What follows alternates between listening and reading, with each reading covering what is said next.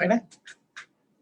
Magandang umaga po sa ating lahat. Magandang umaga po sa ating Deputy Speaker Loren Legarda. Ngayon pong araw na ito, inumpisahan po natin itong programa natin, yung atin pong PA Talk na kung saan napaka-importante po ngayong buwan ng Hunyo.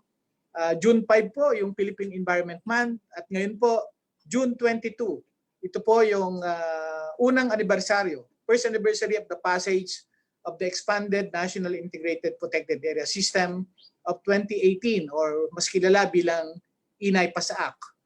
Of course, prior to this law, meron lamang po tayong 13 protected area, but with the passage of ENIPAS Act, nadagdagan po tayo ng 94 protected areas at yun po ay sa tulong at pagpupunyagi ng ating po mga kasama sa Kongreso, especially po sa Senado, sa ating pong Deputy Speaker.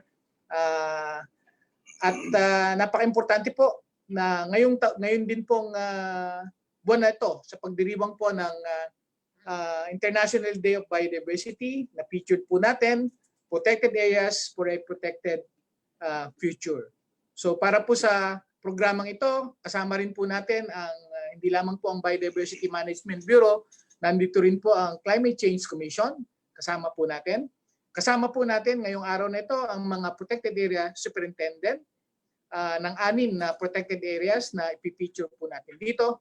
Kasama po natin ang mga Senros, ang mga Penros, ang Regional Executive Directors na kung saan dito po nasasakop ang mga protected areas na ito. So ngayon pong umaga, ako po si Assistant Secretary Ricardo Calderon and at the same time Director ng Biodiversity Management Bureau at kasama rin po natin ngayon si Attorney Ipat Luna na partner na natin matagal na at gayon din po we are also joined by Dr. Rex Cruz from the Climate Change Commission as an expert on environment and ecology to give us insights on the impact of climate change on our protected areas. So yun po muna at magandang umaga po sa ating lahat.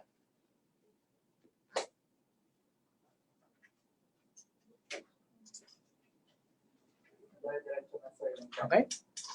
Siguro po magtatanong po ang publiko, ano po ba ang protected areas? So sabi po sa batas ng NIPAS, ang protected area po ay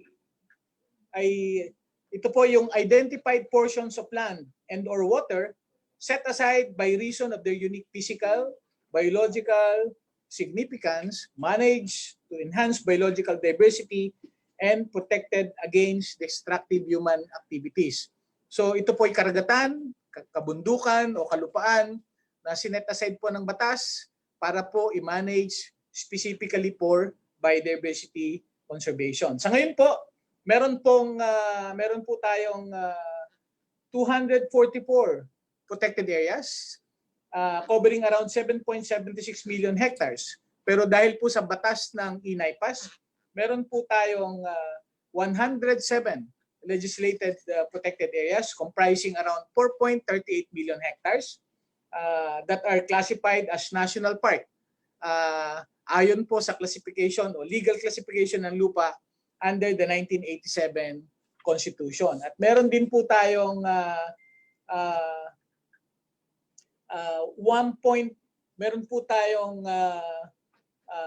3.08 million hectares na marine areas while 4.38 or 4.68 million hectares po ang land area. Kung makikita nyo po, in terms of land area, meron po tayong 15.7% ng ating kalupaan na set aside na for protected area at meron po tayong 1.4%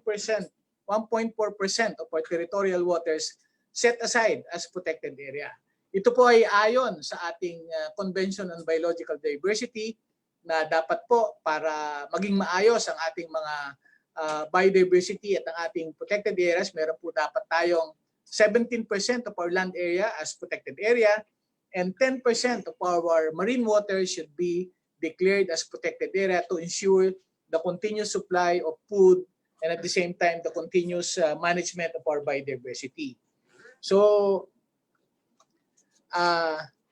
maya-maya po, pakikinggan po natin yung ating mga frontliners mula sa Mount Hamiguitan Range Wildlife Sanctuary in Davao Oriental, yung pong Siargao Island Protected Landscape and Seascape in Surigao del Norte, ang Balinsasayao Twin Lakes National Park in Negros Oriental, the Peña Blanca Protected Landscape and Seascape in Cagayan, the Mount Isarog National Park in Camarines Sur, Mount Iglit-Baco Natural Park in Oriental Mindoro and Occidental Mindoro. Papasyal po tayo sa iba't ibang isla ng Negros, sa pusod ng Mindanao at sa kabilang dulo ng isla ng Luzon. So, siguro po,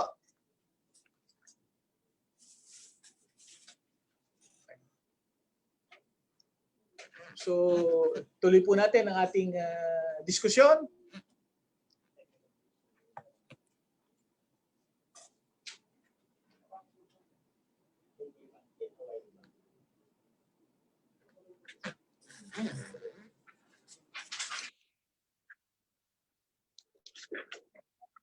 Pwede na sigurong i-flash yung first protected area, no, ASEC? Siguro, ipakita natin yung ating Miss Ipat, yung ating Mount Hamiguitan Range Wildlife Sanctuary, and welcome natin yung Assistant Secretary for Eastern Mindanao, si ASEC Red Root Tawan-Tawan. Good morning, ASEC Root. Hi, sir. Good morning. Good morning, Ma'am Ipat. Oh, beautiful, Ma'am Ruth. We are very proud of our unique pygmy forest, which represents a complete set of intact mountain ecosystem. It houses 1,000 plus species, 23 of which is known only to Mount Hamiguitan of Davao Oriental. Mount Hamiguitan Range is recognized by UNESCO as World Heritage Site and ASEAN Heritage Park. Being such, we enjoyed not just the beauty of its landscape, we are assured as well of a healthy and balanced ecosystem. Mount Hamiguitan is essential to the sustainability of the adjacent newly declared most beautiful bay in the world, the Pujada Bay of Davao Oriental. This intact pygmy forest, dwarf as it is, serves as a first line of defense in containing another possible pandemic from escaping the wild.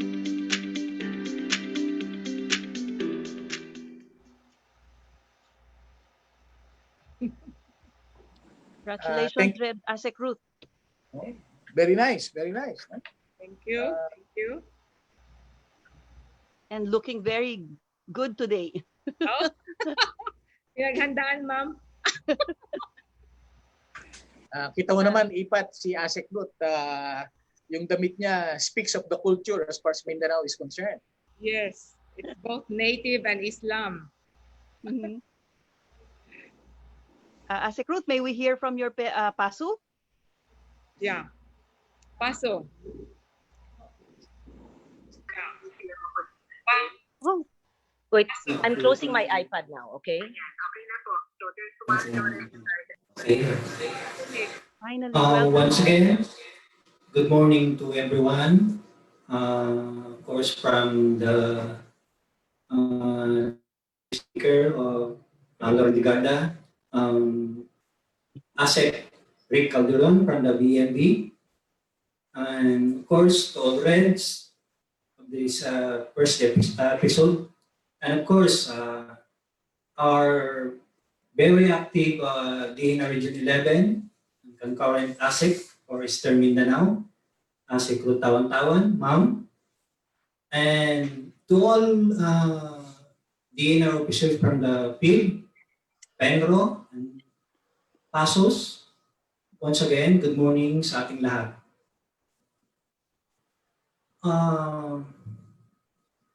This is my first journey and encounter with Mount Hamiguitan way back 2018, and possibly this could be considered to my self-assessment as my first love with Mount Hamiguitan. Uh,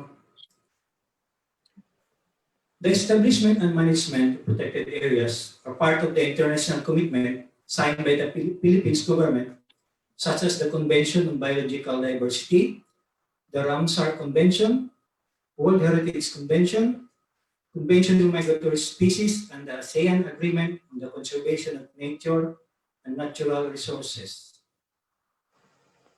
For a mountain as remarkable as Mount Hamiguitan Range and Wildlife Sanctuary, as one of the significant undertakings that we have done is to maintain a strong partnership with the local community.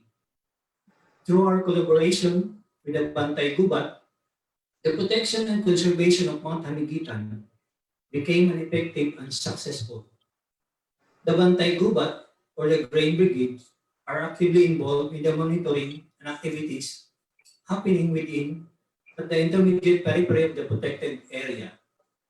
They are the first to give first-hand information on any illegal activities taking place in the area and participate in the joint operation undertaken to apprehend persons involved in such activity. Meanwhile, the Bantay Gubat assigned under the direct supervision of the Protected Area Management Office are not just involved in protected area protection activities, but also act as local researchers or scientists.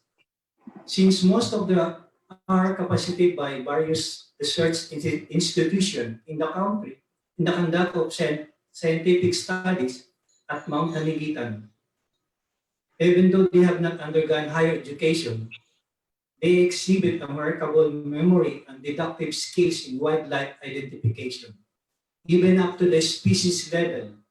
As such, they have been acknowledged as co-authors of published research articles.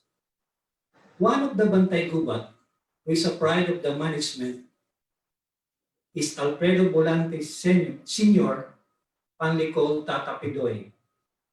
Pidoy has been guarding the Mount Hamiguitan for 2 decades now, starting in 2004.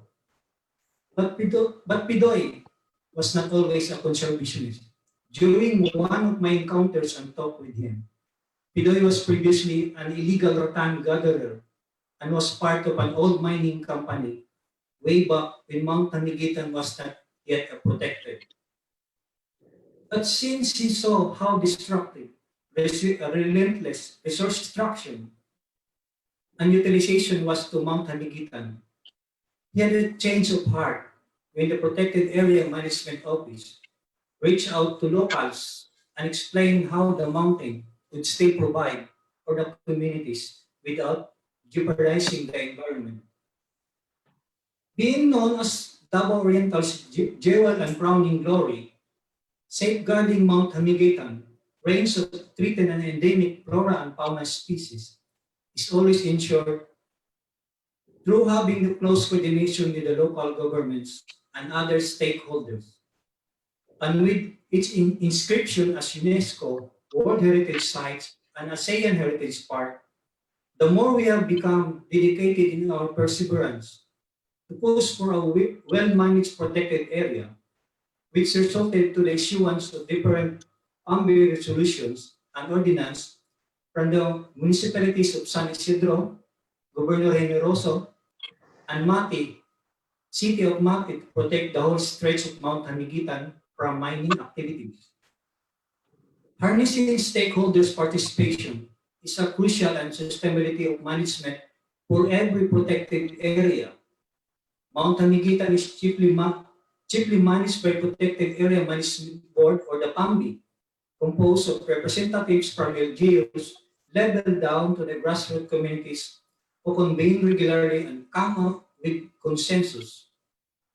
PAMBI members are encouraged to actively involve in participatory planning process, policies and decision-making, which are critical in determining the direction of Mount Hamiguitan towards sustaining its integrity. Such strategies allow stakeholders acquire the sense of ownership, pride, and stewardship for this protected area. Also, the provision of capacity development, biodiversity-friendly, strategic incentives, system and sufficient communication, education, and public awareness campaigns altogether play catalytic roles in captivating the mindset of the communities to become a dynamic partners in the conservation and protection of Mount Hamiguitan. In turn, this mechanism triggers more stakeholders to have their respective programs and initiatives in place, benefiting not only Mount Hamiguitan, but also the immediate constituents. Thus, foregoing factors paved the way for achieving the ultimate milestone ever achieved for Mount Hamiguitan, being inscribed as UNESCO World Heritage Sites and ASEAN Heritage Park.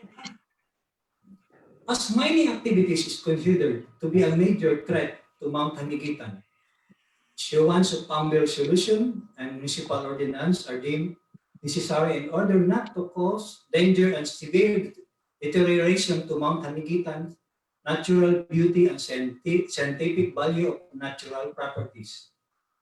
Moreover, various high-technology programs were also implemented in order to upscale the monitoring of Mount Hamiguitan resources. One of the programs that has been significant in patrolling the area is the Lawin Forest and Biodiversity Protection System. The protected area also implement a high-technology program such as the Lawin Forest and Biodiversity, and patrolling integrates field activities and decision-making, making it easier for DNR to monitor forest condition. One of the technologies is also the use of camera traps, which is installed within Mount Hamiguitan strategic place. A real-time and contactless monitoring wildlife and the forest condition in the area becomes easier and effective, thus complementing the biodiversity monitoring system activity which are regularly conducted. With the various experience and practices by the concerned stakeholders have helped preserve the integrity and outstanding universal value of Mount Hamiguitan, which ultimately lead to its declaration as UNESCO World Heritage Park and ASEAN Heritage Parks in 2014. Such international recognition have brought pride and honor to the immediate stakeholders. This recognition have drawn deep sense of involvement from the stakeholders, wherein they tend to perceive the need and heightened responsibility of protecting and conserving the Mount Hamiguitan through transboundary cooperation regardless of political boundaries. Mount Hamiguitan is among and only 5 sites within the ASEAN recognized as UNESCO World Heritage Sites and ASEAN Heritage Park. Thus, it is a pride for all the Filipino people that worth sharing with all the country. With this, that ends my presentation, my first encounter and first love with the Mount Hamiguitan. Thank you once again and good morning and mabuhay tayong lahat. Thank you, Pasu. Very long. Thank you, Pasu, for that. Ang Mount Hamiguitan ay hindi lamang kilala sa Philippine Eagle. Kasama rin siya kanya yung native feature plant. But one of which is yung ating pygmy forest.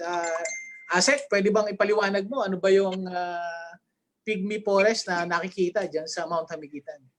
Yung pygmy forest po ay dwarf forest. So very unique po siya. Hindi siya kagaya ng mga nagtataasang puno sa buong mundo.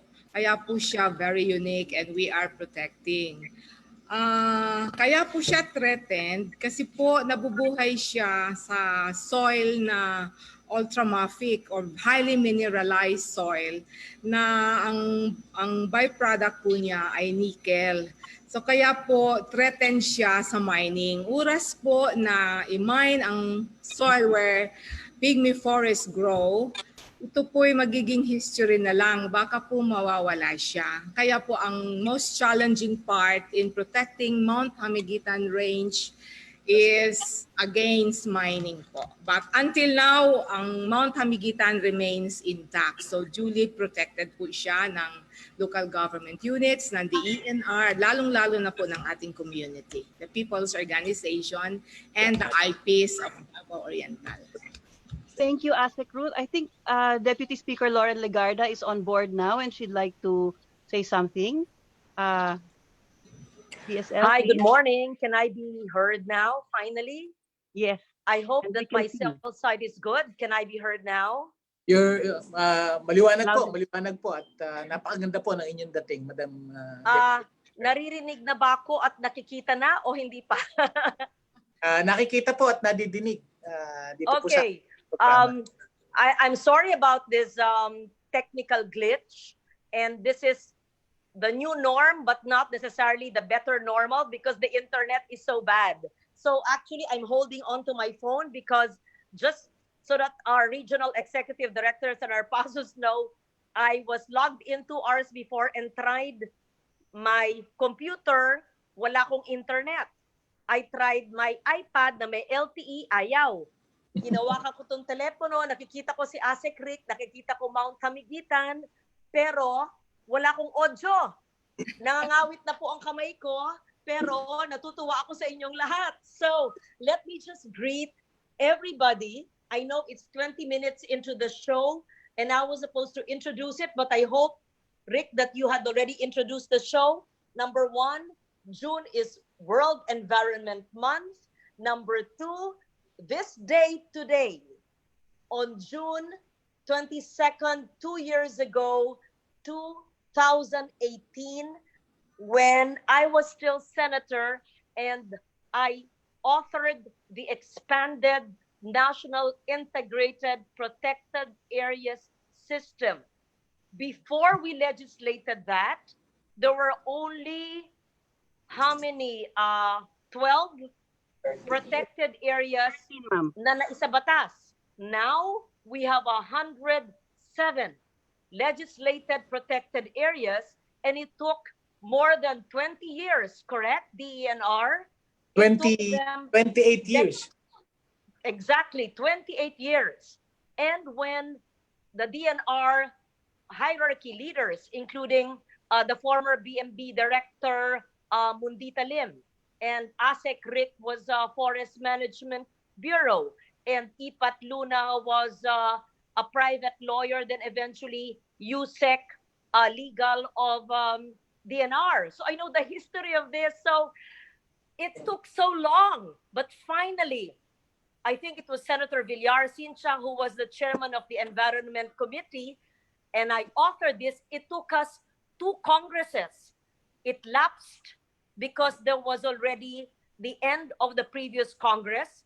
I had to refile the bill, which was the omnibus bill, and I had to hear dozens, alam ni Rick yan, and Ipat and Mundita, dozens of hearings because tanan, as the in Kiraraya, in Ilonggo, yung tanan, all put together. Imagine kung ang Hamiguitan, ang Isarog, ang Balinsasayao, lahat yan isa-isa, siguro puti na ang buhok ni Rick. Ay, hindi pala puti. Ay, Wala namang puputi. Oo. Ubus na po ang bangs ko. Hindi ko alam kung may puputi kay Rick, pero ibig sabihin puti na ang buhok namin ni Ipat ay hindi pa yan batas. Kaya, why am I belaboring this point? And our regional executive directors and our PASUs are with us. Just 6 today, but I hope all the 107 are watching us because this is a labor of, complete the sentence, Rick, love. Labor of love. Ipat, this is a dream in your beautiful mind, which you never imagined could actually happen, right? Yes. So what There am were I many saying? obstacles. What am I saying? Grit, courage, tenacity. Never think it cannot be done. When I legislated it, and it was a near impossibility for the DNR. So that same grit, that same courage, that same tenacity and passion are the traits and characteristics which we ask all DNR, regional executive directors, and park superintendents and implementers of the NIPAS law. IPAT at saka NIPAS na pagsama ko IPAS. Anyway, the NIPAS law to implement. Okay. So, back to our Mount Hamiguitan. Are we still in Hamiguitan? We're in Siargao already. We're still in Hamiguitan po. I Okay. wish I could see the camera trap results. Nakita lang natin yung mga taong naglalagay ng traps, pero yung pictures out of the traps hindi natin nakita. Maybe next time. The traps in the pygmy forest? The camera traps were placed in the lowland. I'm not sure where they put the camera traps. Baka all over the forest. Okay. Along the trail po, all over the forest po yung nakalagay yung mga camera traps natin para makita po natin ano yung mga disturbances within the protected area, and at the same time document din po natin yung mga movement ng mga animals dun sa lugar. Yan. Kung saan po yung Ano camera. tong camera? These are high-tech cameras or indigenous na ginawa sa local? Medyo high-tech po siya, ma'am, kasi yan po talaga yung nagbibigay ng documentation ng mga wildlife na nandoon. Even yung movement ng tao kung meron man pong intruders as far as the protected area is concerned. Medyo may kamahalan lamang po ito, pero ito po sana yung mga nakapropose natin na mapondohan dahil hindi naman po napakarami yung ating mga forest rangers, pero with the technology now that we are using, so mas nado-document po natin yung ano yung nangyayari as far as the wild.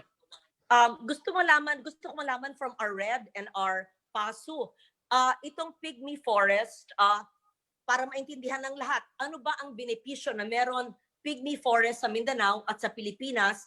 Ano ang benepisyo, anong klaseng biodiversity ang nandito na wala sa ibang regular forest? At pangalawa, yung ating pagtatanghal ng UNESCO World Heritage Site. How has this benefited us, the Philippines, and your region in Davao Oriental? And how was it helped in the protection as well as the ASEAN Park designation? And for those who cannot go to Mount Hamiguitan, those who cannot trek, well, napakaganda ng inyong science museum, and I think, Rick, that's one project we could do for every natural park designated under NIPAS in the poblacion or the town or the province. We can have a science museum so that the students and the tourists can visit if they cannot go to the protected area, right? Red 3, no? Yeah. Yeah. Nasagutin ko na, ma'am. Yes, sagot po. Yes. Opo, 1,403 flora and fauna po ang makikita dyan, and 23 po yung unique only to Mount Hamiguitan. Doon lang po natin siya makikita. And then, kaya po siya unique, pygmy, pandak, no, dwarf na forest. Karamihan po ay gigantic, nagtataas ang puno kahit saan tayo pumunta. So ito ay nasa Mount Hamiguitan lang po natin makikita. And then internationally po, pagkatapos po siyang ma-recognize ng UNESCO, there is rise in tourist visits. In Mount Hamiguitan alone, 885 po noong 2019 ang nagbisita. And then yung pong benefited na local people po, yung income and livelihood generation po, umabot po ng 197 from wala po before, prior sa recognition ng UNESCO.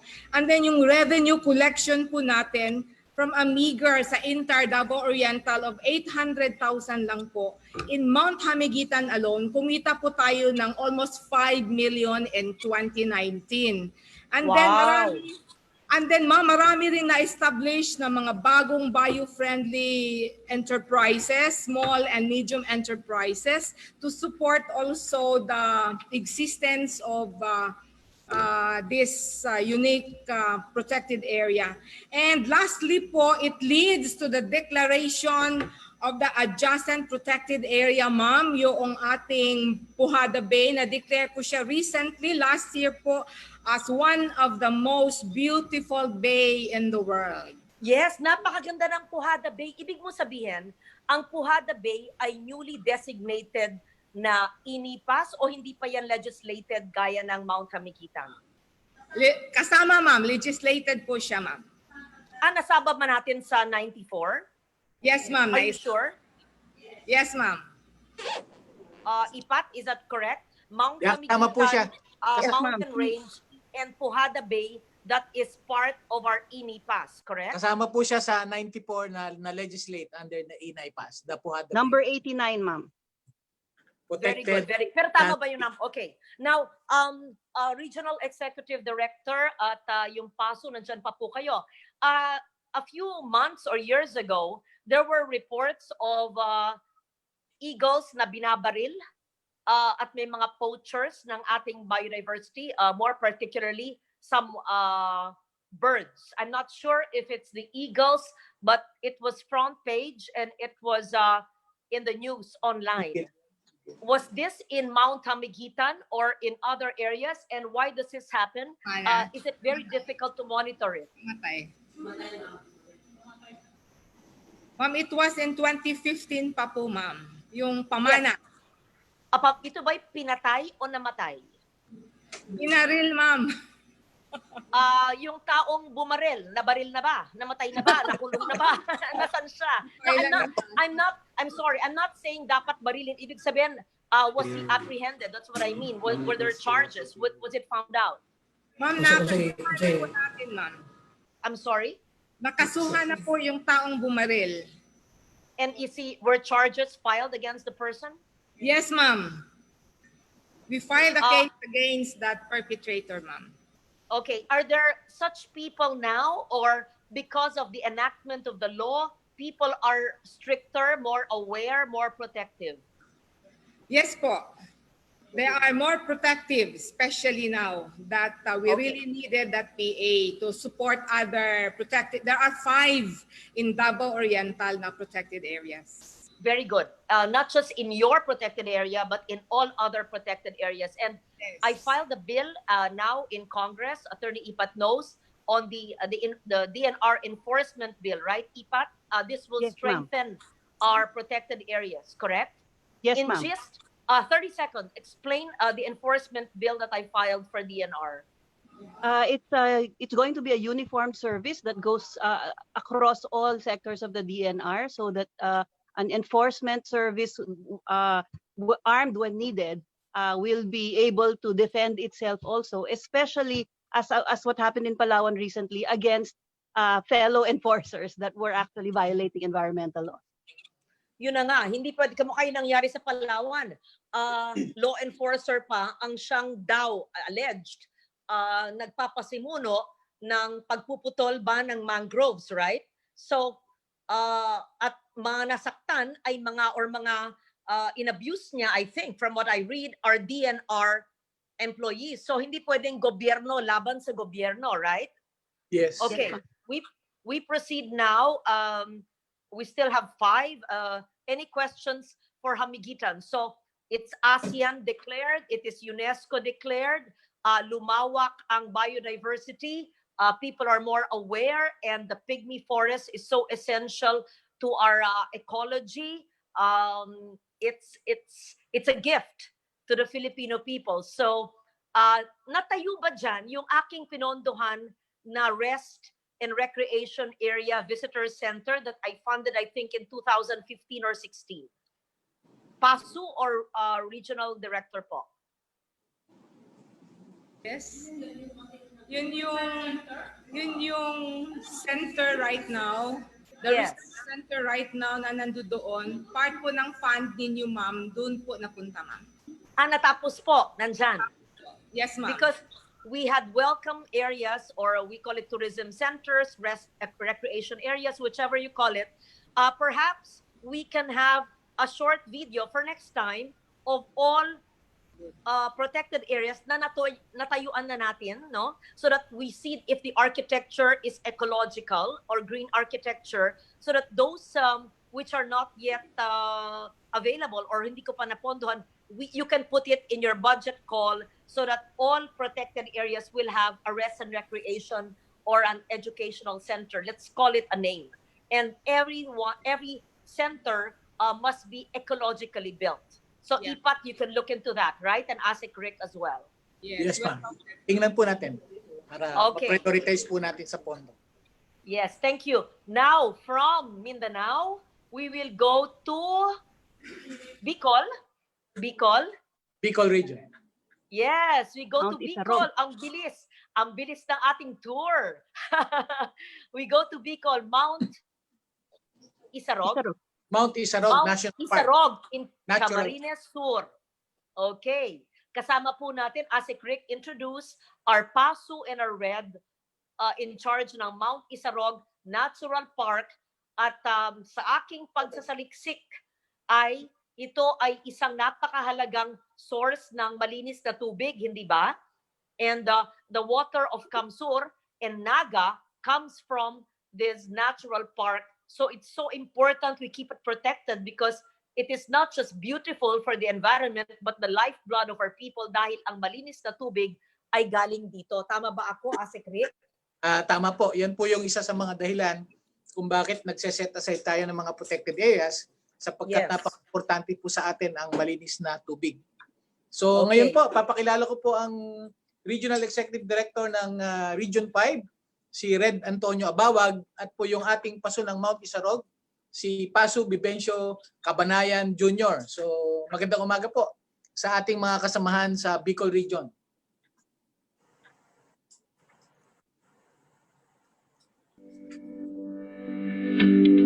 Mount Isarog Natural Park is one of the richest protected areas in Bicol region. It is identified as a center of plant and animal diversity and endemism due to the presence of various plant, reptile, and mammal species found nowhere else in the world. Known as the Volcan de Agua, its watershed provides water to around 35 towns to Camarines Sur. Its waterfalls and springs attracts local and foreign tourists who wants to commune with nature. To protect and conserve the MINP, its management office and board, and other stakeholders are working hand in hand to ensure that the present and future generations will continue to enjoy the benefits it provides.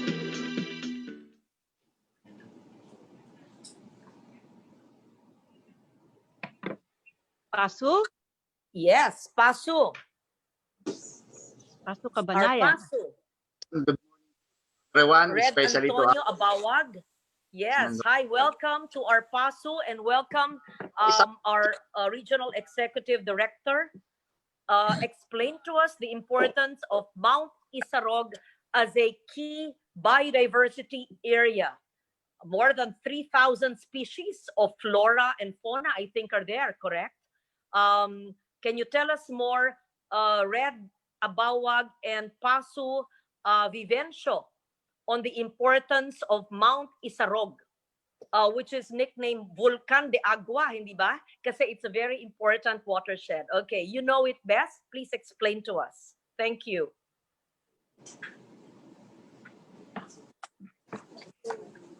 How's our internet in Bicol? Okay po. Go ahead, Executive Director. Pasu, ikaw na.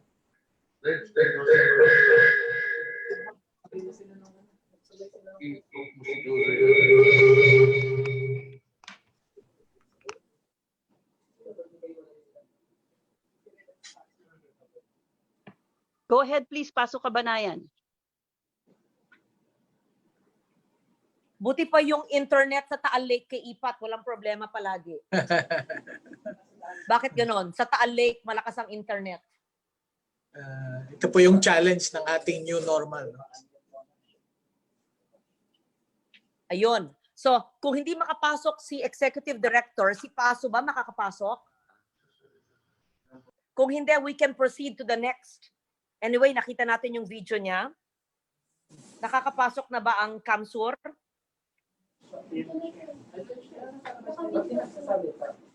Wala. Naka-mute.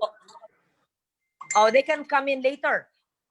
From Bicol, we will go to Region 4B. Kung they can stand by and fix their internet, we cannot blame them. Kasi ako nasa Metro Manila at bagsak din ang internet. Lagot sa akin yung mga service provider na yan. Ang taas-taas ng binabayad ko sa internet, pero bagsak. So ang ginagamit ko itong LTE sa aking telepono. Kaya, okay. So we will bring you back to Mount Isarog Natural Park in Kamsur in Bicol. But we will go now to Mount Iglit Baco, alam nyo ba? Asik Rick, Attorney Ipat. Opo.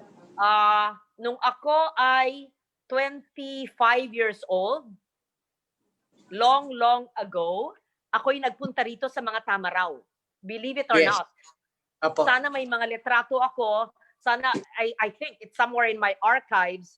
I'm not sure, maybe sa paalang ng bundok, pero gusto kong pakinggan ang ating paso, ang ating executive director region ng 4B, isang ASEAN Heritage Park na ng Mount Isarog way back in 2003, but I visited it in 1985 or 86, I think. So this is where the Tamaraws are, correct? Yes, ma'am. Ito po yung gene pool ng ating Tamaraw. Ito po yung natatanging hayop. Opo. Yes, pinuntahan ko yung gene pool. Gusto ko malaman, nag-i-increase ba ang number ng Tamaraw? Anong kahalagahan ng ating Tamaraw sa ating biodiversity? At ano ang ginagawa natin para mapalago o maparami ang ating mga Philippine Tamaraw? Okay? So, Asik Rick, introduce our Executive Director of the region and our PASO. Salamat po. Ang atin pong Regional Executive Director, si Red Lourdes Ferrer. Siya po ay kade-designate lamang na Regional Executive Director ng Mimaropa. At ang ating pong PASO, si Roberto Duquil. Makikita po natin, pakikita po nila gaano kahalaga ang Mount Iglit Baco Natural Park bilang natural gene pool ng Tamaraw. Ang Tamaraw po, dito lang sa atin makikita. At dito lang po sa Iglit Baco na kung saan endemic po siya rito. So, Director Ferrer, pwede mo kaming bigyan ng briefer about Mount Iglit Baco Natural Park? Thank you, Director Ferrer. Mount Iglit Baco Natural Park is situated at the central part of Mindoro and encompasses the headwaters of at least 8 major rivers in the island province. It is an abode of the critically endangered tamaraw and other unique species of flora and fauna, such as the Mindoro Tariktik hornbill and the Mindoro pines. It is also home to 3 tribes of indigenous people known as Mangyans, the Taubuid, Buhid, and Bangon tribes. Thus, it was categorized as Mangyan Heritage Park. Because of this social attribute and the presence of the tamaraws in the area, Mount Iglit Baco Natural Park has earned international recognition and was hailed as an ASEAN Heritage Park.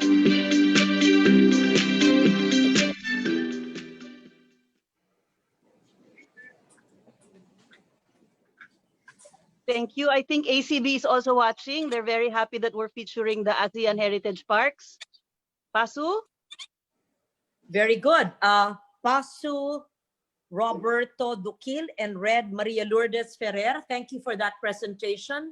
So, ang ating mga Tamaraw baho mula nung ilang dekada ay dumami, kumukonte, o maaari maging extinct?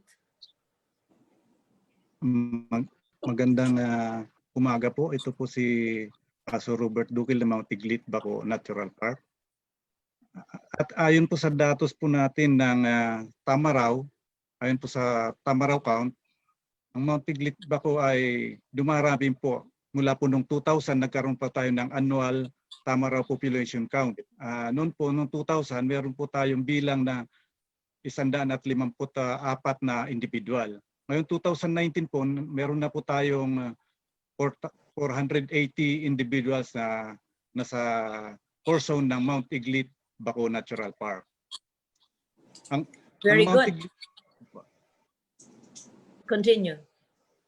Ang Mount Iglit Baco Natural Park po ay may mayabong at malawak na kapaligiran.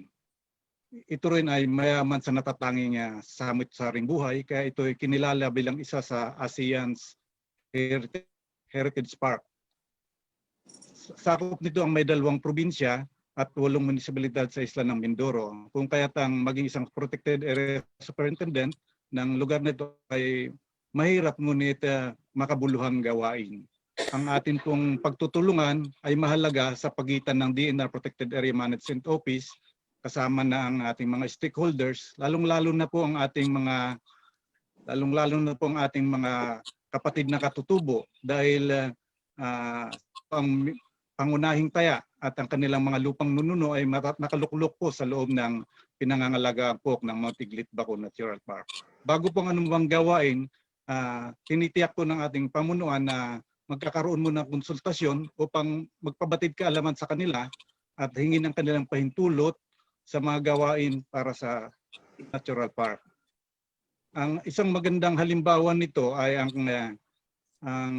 kasunduan mula pagkakaisa mula doon sa pagitan ng mga ating katutubo na kung saan nagkaisa na magtalaga ng tinatawag nilang pagtungkudan mangilapang, na ibig sabihin po ito po ay salitang panabuid, ng ibig sabihin ay tirahan at kanlungan, refuge ng mga buhay ilang. Na kung saan po nagkasundo ang pamunuan ng mga katutubo, ang pamunuan ng DNR, na ito pa ay protektahan. Ito ngayon yung tinatawag nating Tamaraw Core Zone Habitat sa Mount Iglit Baco Natural Park. Sa kasalukuyan po, ang mga katutubo bilang kasapi ng ating Protected Area Management Board at may mga park rangers, Tamaraw Rangers na rin po tayong mga katutubo, katuwang po natin sila sa pamamahala at pangangalaga ng Mount Iglit Baco Natural Park. Very good. So ang sinasabi po natin na ang mga katutubo dyan, ang mga mangyan, no? Ilan pong mga indigenous peoples ang sakop ng mangyan? 8 po yata, no? 8. There are different IP groups under the Mangyan IP group. At gusto ko po malaman kung hindi ba natin sila pinapatabi. In short, dapat inclusive ang ating pagprotekta ng Mount Iglit Baco at ang pagpayabong ng ating mga hayop gaya ng tamaraw, at hindi po natin inaapakan ang mga karapatan ng ating mga katutubo gaya ng mga mangyan. Tama po, Red and Pasu? Ako po ang sasagot. Opo, bali po ang ating mga katutubo ay kasama po sa Natural Park Pangangalaga. sa pamagitan po ng pangangalaga sa Mount Iglit Baco Natural Park. Kasama po natin sila bilang kasapi ng Protected Area Management Board. Kasama po sila sa mga planong pamamahala sa loob ng Natural Park. Pangalawa po, bago sa gawa ng magawain, na kinukonsulta natin sila at hinihingi ang kanilang pahintulot. Dahil yung lupang ninuno, sa loob ng lupang ninuno, nasa loob din ng pinangangalagaan ko ng Mount Iglit Baco Natural Park. At isa pa po, isinasaalang-alang din po natin ang kanilang kultura. Ako na nagiging sensitibo tayo sa pagpapatupad ng mga batas alituntunin sa protected area, na kung saan ay atin ring sinunod ang kanilang patakaran sa loob ng kanilang lupang ninuno, lalong-lalo na po sa tinatawag nilang mga sagradong lugar.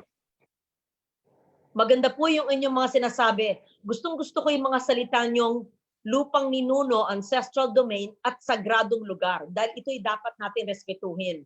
Ang tanong ko po sa DNR, magmula po sa PASU, sa ating Regional Executive Directors at kay ASEC Rick, pati na rin si Attorney Ipatluna, ay sa ating pagngalaga ng ating mga protected area, hindi lang po ang kalikasan, ang mga hayop, ang mga bulaklak, ang mga puno, at ang malinis na hangin, at ang soil, at ang ating biodiversity ang pinapangalagaan, kundi rin po ang mga tao na ninuno na nauna pa sa ating lahat. At yan pong mga may karapatan sa lupa, ang ating mga katutubo. Pangalawa po, ang kanilang kultura, kasama na ang kanilang pananamit or maski walang damit, pati na po ang kanilang kinakain o mga gamot na ginagamit, mula pong medisina sa mga herbs at mga halaman, at pati na rin ang kanilang mga dasal at religious practices. Yan pa ho ay linilista, minamap, dinodocument, dinadatabase po ng ating PASO, ng ating mga Regional Executive Director.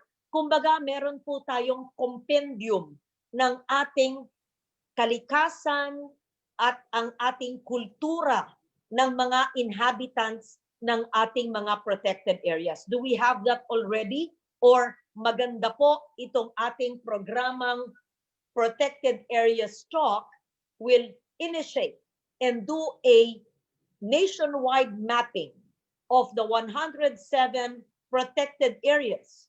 We protect the environment, heritage, and culture, and biodiversity, because that's all part of it. Or kung meron na, maganda rin sa ating next episode, isama natin ang kultura ng mga sinaunang tao.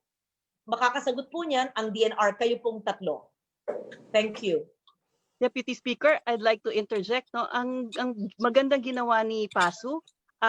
In fact, the core zone of the Tamarao Sanctuary, ang nag-determine po niyan ay yung mga partners natin na Mangyan, tao buhid po ba, PASU? At ang pangalan ng core zone ay Mangyan term ang ginamit nila. So, ang ganda. active Okay, protector. very good. Okay. When you say core zone, ano ibig sabihin? Yan yung delineation na zone? Ryan, paki-flash mo nga yung map with the core zone. PASU, ano ulit yung term na Mangyan?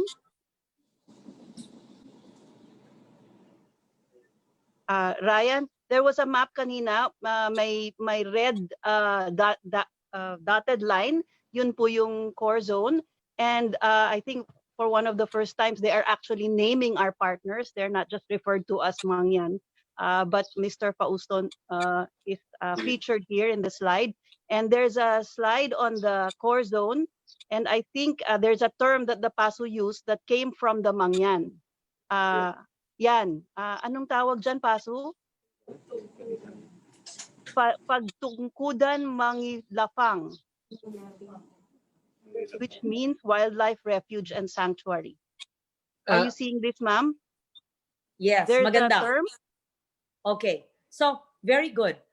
Asek Rick, based on my question, kasama ba sa ating mapping ay hindi lang kalikasan, kundi na rin yung ating kabihasnan, yung ating kultura?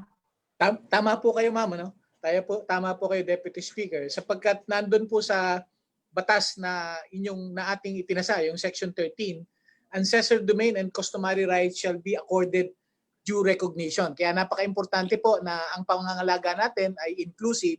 Kasama po yung ating mga katutubo sa pangangalaga at pag-determine or pagtingin ng mga management zone. Pag sinabi po natin core zone, ito po yung lugar na napaka-importante na hindi po kailangang galawin ng tao, at kasama po dito yung mga indigenous conserved areas na in-identify natin sa pamamagitan po ng mga katutubo. Kanina po, Madam, nabanggit niyo po yung Science Museum doon sa Hamiguitan. Siguro po, napaka-importante rin ito na may consider natin yung Science Museum dito, sapagkat dito po may pakikita po natin yung inyong advokasya, yung heritage and culture. Nandito rin po yung ating Tamarao at nandito po rin yung ating natural grassland ecosystem. Napaka-importante po nito sa pangangalaga ng Tamarao. Okay, maganda. So Asek Rick, ganito, no? The way forward is, sa bawat protected area, dapat magkaroon tayo, maski maliit lang, maski 1/4 lang sa munisipyo, kung hindi kaya ng LGU gaya sa kay Governor Malanyao noon na Science Museum. Pero dapat magkaroon ng Science and Heritage Museum sa bawat area ng 107 na protected areas. Pangalawa, kailangan merong environment, biodiversity, culture, heritage mapping. As I said, hindi lang ang flora at fauna, hayop, kalikasan, kung hindi ang kultura pa rin ng katutubo, ang kanilang pananamit, ang kanilang livelihood, ang kanilang kinakain, ang kanilang mga dasal, ang kanilang mga medisina, ang mga herbs, ang kanilang mga customary practices. So, maari ang DNR BMB at ang NCIP at ang NCCA ay mag-forge ng partnership with the Climate Change Commission and my office, and we will use the IEC funds so that this documentation should be in audio and video, and we will document it and have a stand-alone PA, protected areas, blog, so that for everybody to see. For those who are not with us now, we only have less than 1,000 viewers, but we will promote and promote this. But we should immortalize ASECRIC, a permanent vlog, whichever you call it, that will have the sights, the sounds, the culture, the spoken word. Because in one of the 6 protected areas we are discussing now, and IPAT will bear me out which of this, ay meron daw language na mamamatay na 8 na lang yata ang nagsasalita. Ano bang protected area yung binabasa ko dito? So, importante yon. We are protecting our environment and a culture that could be extinct. We are protecting the Tamaraw, but also the culture of the Mangyan people. And in fact, Paso, pwede ba natin banggitin ano yung 8 grupo sa ilalim ng tinatawag natin Mangyan population? Do we have the information? I don't have that information right now. Oh, because I know there are 8 Mangyan indigenous peoples under the Mangyan population. We just call them Mangyan, just like we call Atis. But actually, may mga subgroups under the IPs. That's why it is important. Yes, when we protect the trees, when we protect a pygmy forest, when we protect a watershed, a source of water, we should protect the inhabitants and those who were there ahead of us and know their culture, their practices, their prayers, their language, their food. And we can learn even indigenous knowledge, ASECRIC, indigenous knowledge on early warning systems. I hope Climate Change Commission, you're with me here. As a global champion of DRR, disaster risk reduction, it is important that we also document all disaster risk reduction, DRR, indigenous practices in our protected areas that we could imbibe and use in that region. Dahil sila ang unang naging resilient kaysa sa ating lahat. Okay. So we proceed unless we have more questions because susunod tayo. Okay. From, wow, we're traveling all over the country. From, ready na ba ang Bicol? Kung di pa ready ang Bicol, tayo ay pupunta sa ASECRIC Peña Blanca. Pupunta po tayo sa Balinsasayao Twin Lakes Natural Park. Balinsasayao muna. O sige, we go to Negros. Okay. Ito po yung ika-4 na protected area sa Negros Oriental, yung Balinsasayao Twin Lakes Natural Park. Ang ating pong Regional Executive Director dito, si Red Paquito Melicor Jr. At ang ating pong PASU, si Pedro Nestor Canda, na magbibigay din po sa atin ng ano yung mga important features as far as this protected area. Nabanggit niyo po kanina yung nawawala ng salita. Yun po ay sa Mount Isarog, kaya maganda rin pong mabalikan natin yung Mount Isarog. At nabanggit niyo rin po, ma'am, yung indigenous culture. Tinetake note po namin yung mga input na ito para po ito ay maisama natin sa mga management plan, itong mga protected area na ito. So, gagawin nating partner dito with the permission of DNR, ang National Commission on Culture and the Arts, so that all the culture agencies under the NCCA can be part of this. Because ang National Historical Commission, for example, ang Commission ng Wika ay dapat kasama dito sa pag-protect ng ating biodiversity. Okay, proceed with Balinsasayao. From Region 4B, we go to Negros Oriental sa Kabisayaan. We hope you're safe. Okay, please proceed with our Regional Executive Director and our PASU for Balinsasayao. Balinsasayao Twin Lakes Natural Park, located in the province of Negros Oriental, is renowned for 2 breathtaking freshwater crater lakes, hence the name Twin Lakes. They are separated by a narrow mountain ridge. 1,000 years ago, rain and stream deposits filled up the craters with water, resulting into 2 lakes called Balinsasayao and Davao. Balinsasayao was derived from 2 Cebuano words, balin, which means plenty, and a bird called sayao, or the glossy swiftlet. It boasts of crystal clear water, intact dipterocarp forest, remarkably the second highest biodiversity in the Philippines. It is a home of 427 threatened and endangered species of plants and animals. The unique features of the park is a major draw for photographers, nature enthusiasts, and bird watchers, providing direct employment to the people's organization.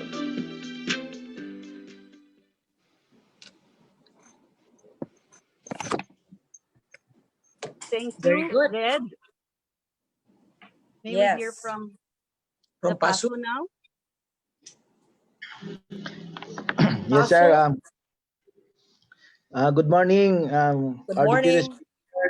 I'm Loren Legarda. Ma'am, Attorney Ipat, Duna, Dr. Rex Cruz of the Climate Change Commission, Secretary Calderon, and the BB staff, Reds, PASO, the viewers of this talk, to one and all, again, good morning. The Balinsasayao Twin Lakes Natural Park covers municipalities of Sibulan, San Jose, and Valencia.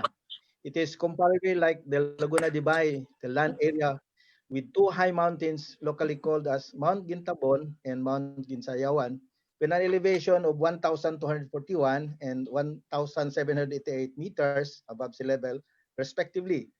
Fortunately or unfortunately, the park is difficult to anyone, like illegal loggers, caineros, and wildlife poachers, to penetrate the area because the mountain ranges have four intersecting geologic faults.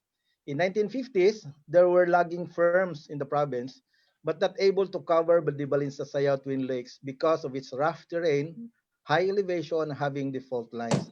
Thus, it became the habitat of wildlife that were displaced from many log areas. As mentioned by Red June Melicor, there are 427 species of plants and animals found in the park. Researches conducted from different universities and colleges have shown that population of these plants and animals are decreasing. The passage of the ENIPAS Act of 1992 has no effect to the area. It was not included as initial component as provided by the said law. However, in year 2000, by virtue of Presidential Proclamation number 414, the lake and its surrounding area was proclaimed as natural park. And finally, on June 22, today is second year, the park was legislated under RE 11038. Nowadays, the park is the remaining contiguous area covered by secondary growth forest and other forest vegetation, where the famous critically endangered and vulnerable species of plants and animals are found, like white lawan, red lawan, almond, yakal, and others for critically endangered species, and several vulnerable species, to mention a few, like giho, almasiga, tindalo, kalingag, and others. For animals, the famous Visayan spotted deer, Visayan warty pig, Negros bleeding heart pigeon, Negros fruit dove, Philippine cockatoo, the Philippine bareback fruit bat. Endangered species like golden crown fruit bat, Visayan Arctic hornbill, strake-breasted bulbul, blue-winged rocky tail, and others. Vulnerable species like pink-bellied imperial pigeon, rufous lord kingfisher, white cockatoo shrike, and others. The richness in biodiversity attracts tourists coming in the area for various levels of research, educational tour, bird watching, and trekking activities. Other services of the park offered are camping, boating, kayaking, prenuptial photography, and food catering. The park attracted an average of 40,441 visitors per year from 2015 to 2019, with an average revenue generated of 2.3 million pesos of the same period. The average budget from the General Appropriation Act of the park is 5 million pesos for the same period. The statistics shows that we lack the financial requirement to sustain the operation of the park, for the maintenance and operation of the resource, its richness, and to become a self-sustaining protected area. Aside from the products on biodiversity, the area is a huge reservoir of water that serves the municipalities of San Jose, Sibulan, Valencia, Tanjay City, Pamplona, Amlan, and Dumaguete City. with an estimated beneficiary of 500,000 individuals.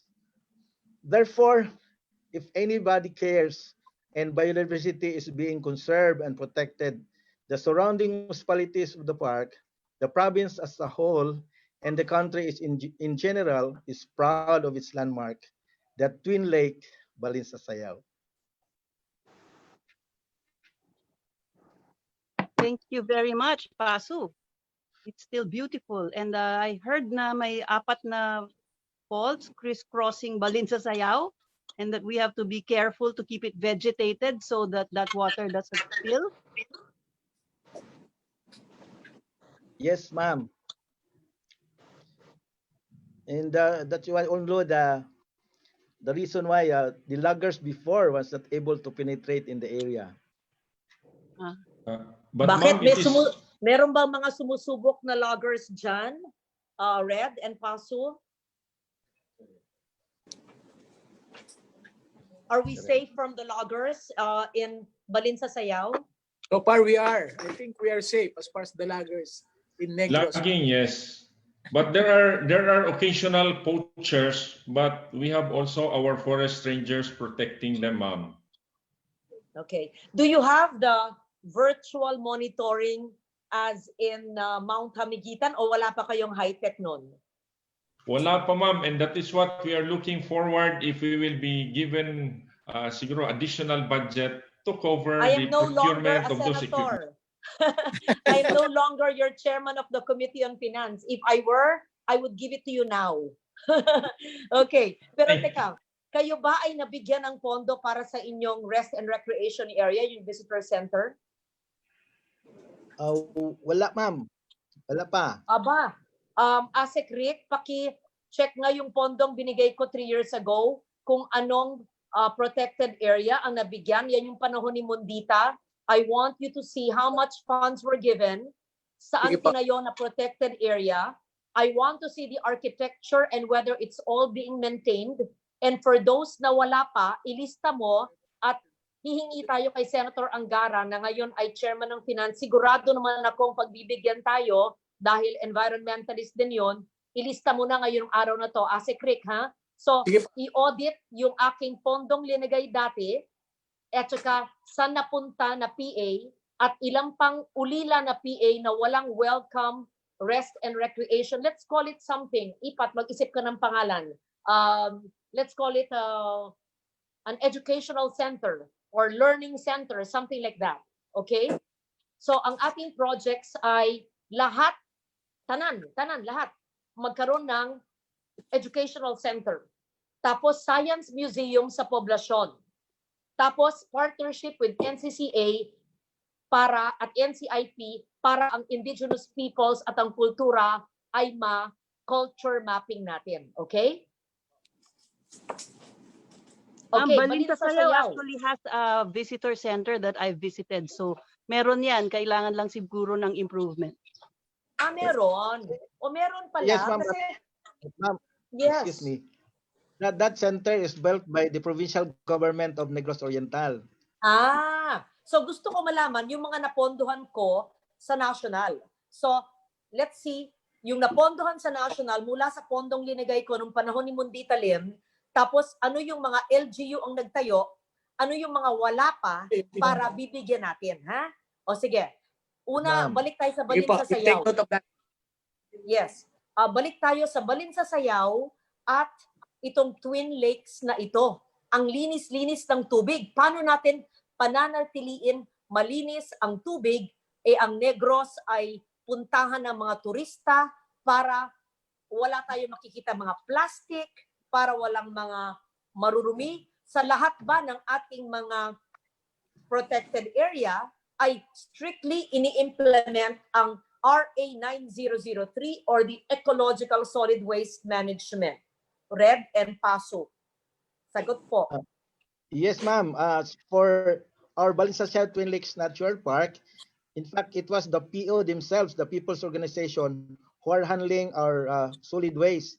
We have the 3 R's or reduce, recycle in the area. Meron din tayong RCA, yung spin time, doon ilagay mo na yung mga residuals, and then weekly they have to transfer that residual waste sa LGU. And then aside from that, ma'am, meron yung mga mabubulok, i-retire natin para gawing compost sa area. Very good. Okay. Tell us more about the importance of because kayo ang second pinaka-biodiverse area sa Pilipinas, hindi ba? Wow. Next to Palawan, Negros Oriental, ang pinaka maganda ang biodiversity. Am I not correct? Pasu and Red, tama ho? Yes, ma'am. We are also the pinaka-highest threatened and endangered species na nandito rin. Yun ang yung sinasabi ni Rejo na nandito yung pinakamaraming species na endangered and vulnerable. Correct. So kayo ang pinaka-biodiverse, gaya ng Palawan, second to Palawan, at nandiyan din ang threatened species. So ano po ang inyong mga efforts na ginagawa para itong mga threatened species ay mapangalagaan, mag-conserve po natin?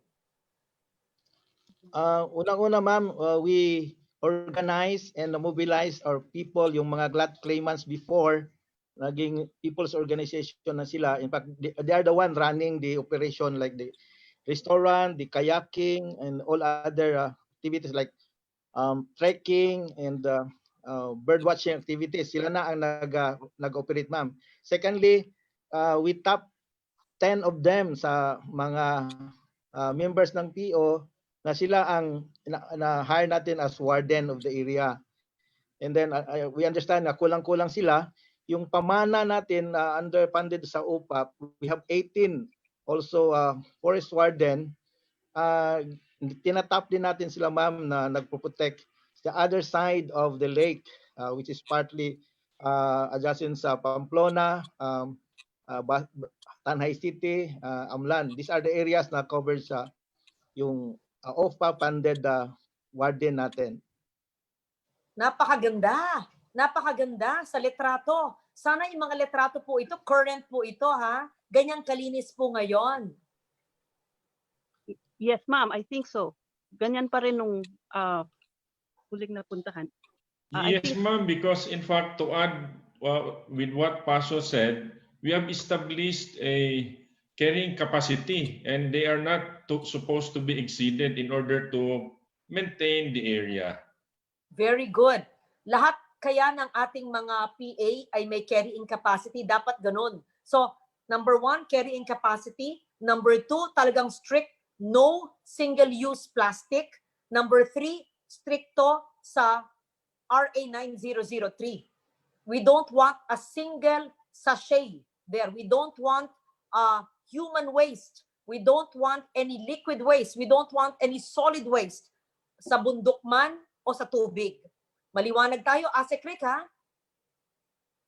Ma'am, I think Balinsasayao is also a candidate for ASEAN Heritage Park. I think DMB is also working to make it the 50th ASEAN Heritage Park and the 10th in the Philippines. Also, Godfrey Jacosalem said you have one of the cheapest, most efficient wildlife monitoring systems. It's called the synchronized monitoring, biodiversity monitoring system. Kahit walang camera trap na monitor yung wildlife. Ganun po ba? How do you do that? How do you do that without a high-tech camera? Synchronized daw ang tawag. I think it's with the community as well and with the bird watching groups. That's from Godfrey Jacosalem. Paliwanag nyo, how are the bird watching groups utilized? Paano ginagamit sila para kung wala tayong high-tech camera? Pasu, synchronized daw ang tawag. Can you explain that to us? Sinabi ni Godfrey Jacosalem. Yes, we have that, ma'am. But most often then, yung mga tourists coming in, may dala silang kanya-kanyang mga gadgets, mga camera. So sa atin naman, we have mga units, pero hindi naman magamit sa lahat ng sino magustong gumagamit. Kasi ano lang tayo, yun lang, donated lang yun nga items sa sa protected area. But we have the Lawin patrol system in place as far as protected area is concerned, Paso. Yes, sir. Yes, sir. In fact, we don't have camera install natin, monitored camera. Na-install na natin. Yung ano sir, yung synchronized ang dapat region at central alam na. Okay. We're actually 12 minutes. We're 20 minutes over time, and we thank you. Our next Paso protected area as a creek is Siargao. Ma'am, from Twin Lakes in Central Visayas, pupunta naman po tayo sa northern tip of Luzon. The Peña Blanca Protected Landscape. We go to Peña Blanca in Cagayan. Yes, ma'am. In Cagayan. This is the home of also Philippine Eagle. I would like to introduce our Regional Executive Director, Red Gwendolyn Bambalan, and our PASO, Tito Manguntulao. So, Red, you have you can make us a briefer as far as Peña Blanca Protected Landscape and Seascape. Okay, we watched the video of the landscape and the seascape. Peña Blanca Protected Landscape and Seascape, or PPLS, was established by virtue of Presidential Proclamation number 484 issued on October 6, 2003. It was an expansion from the original Peña Blanca Protected Landscape. The whole area of PPLS is part of the Sierra Madre Biogeographic Zone, the 5th largest among the 15 zonal divisions of the country. PPLS is a home to diverse and unique species of plants, rare and endangered species of fauna and marine species. As part of the Sierra Madre sub-region, it has been identified as an important bird area, and it has more than 200 cave systems that include the nationally renowned Calao Caves. Many of the cave systems have been identified from archaeological, historical, and ecological significance.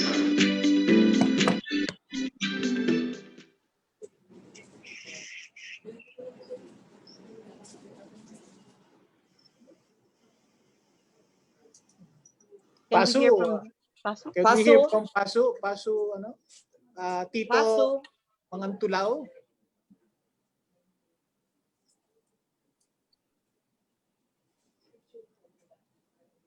In na ba si Paso?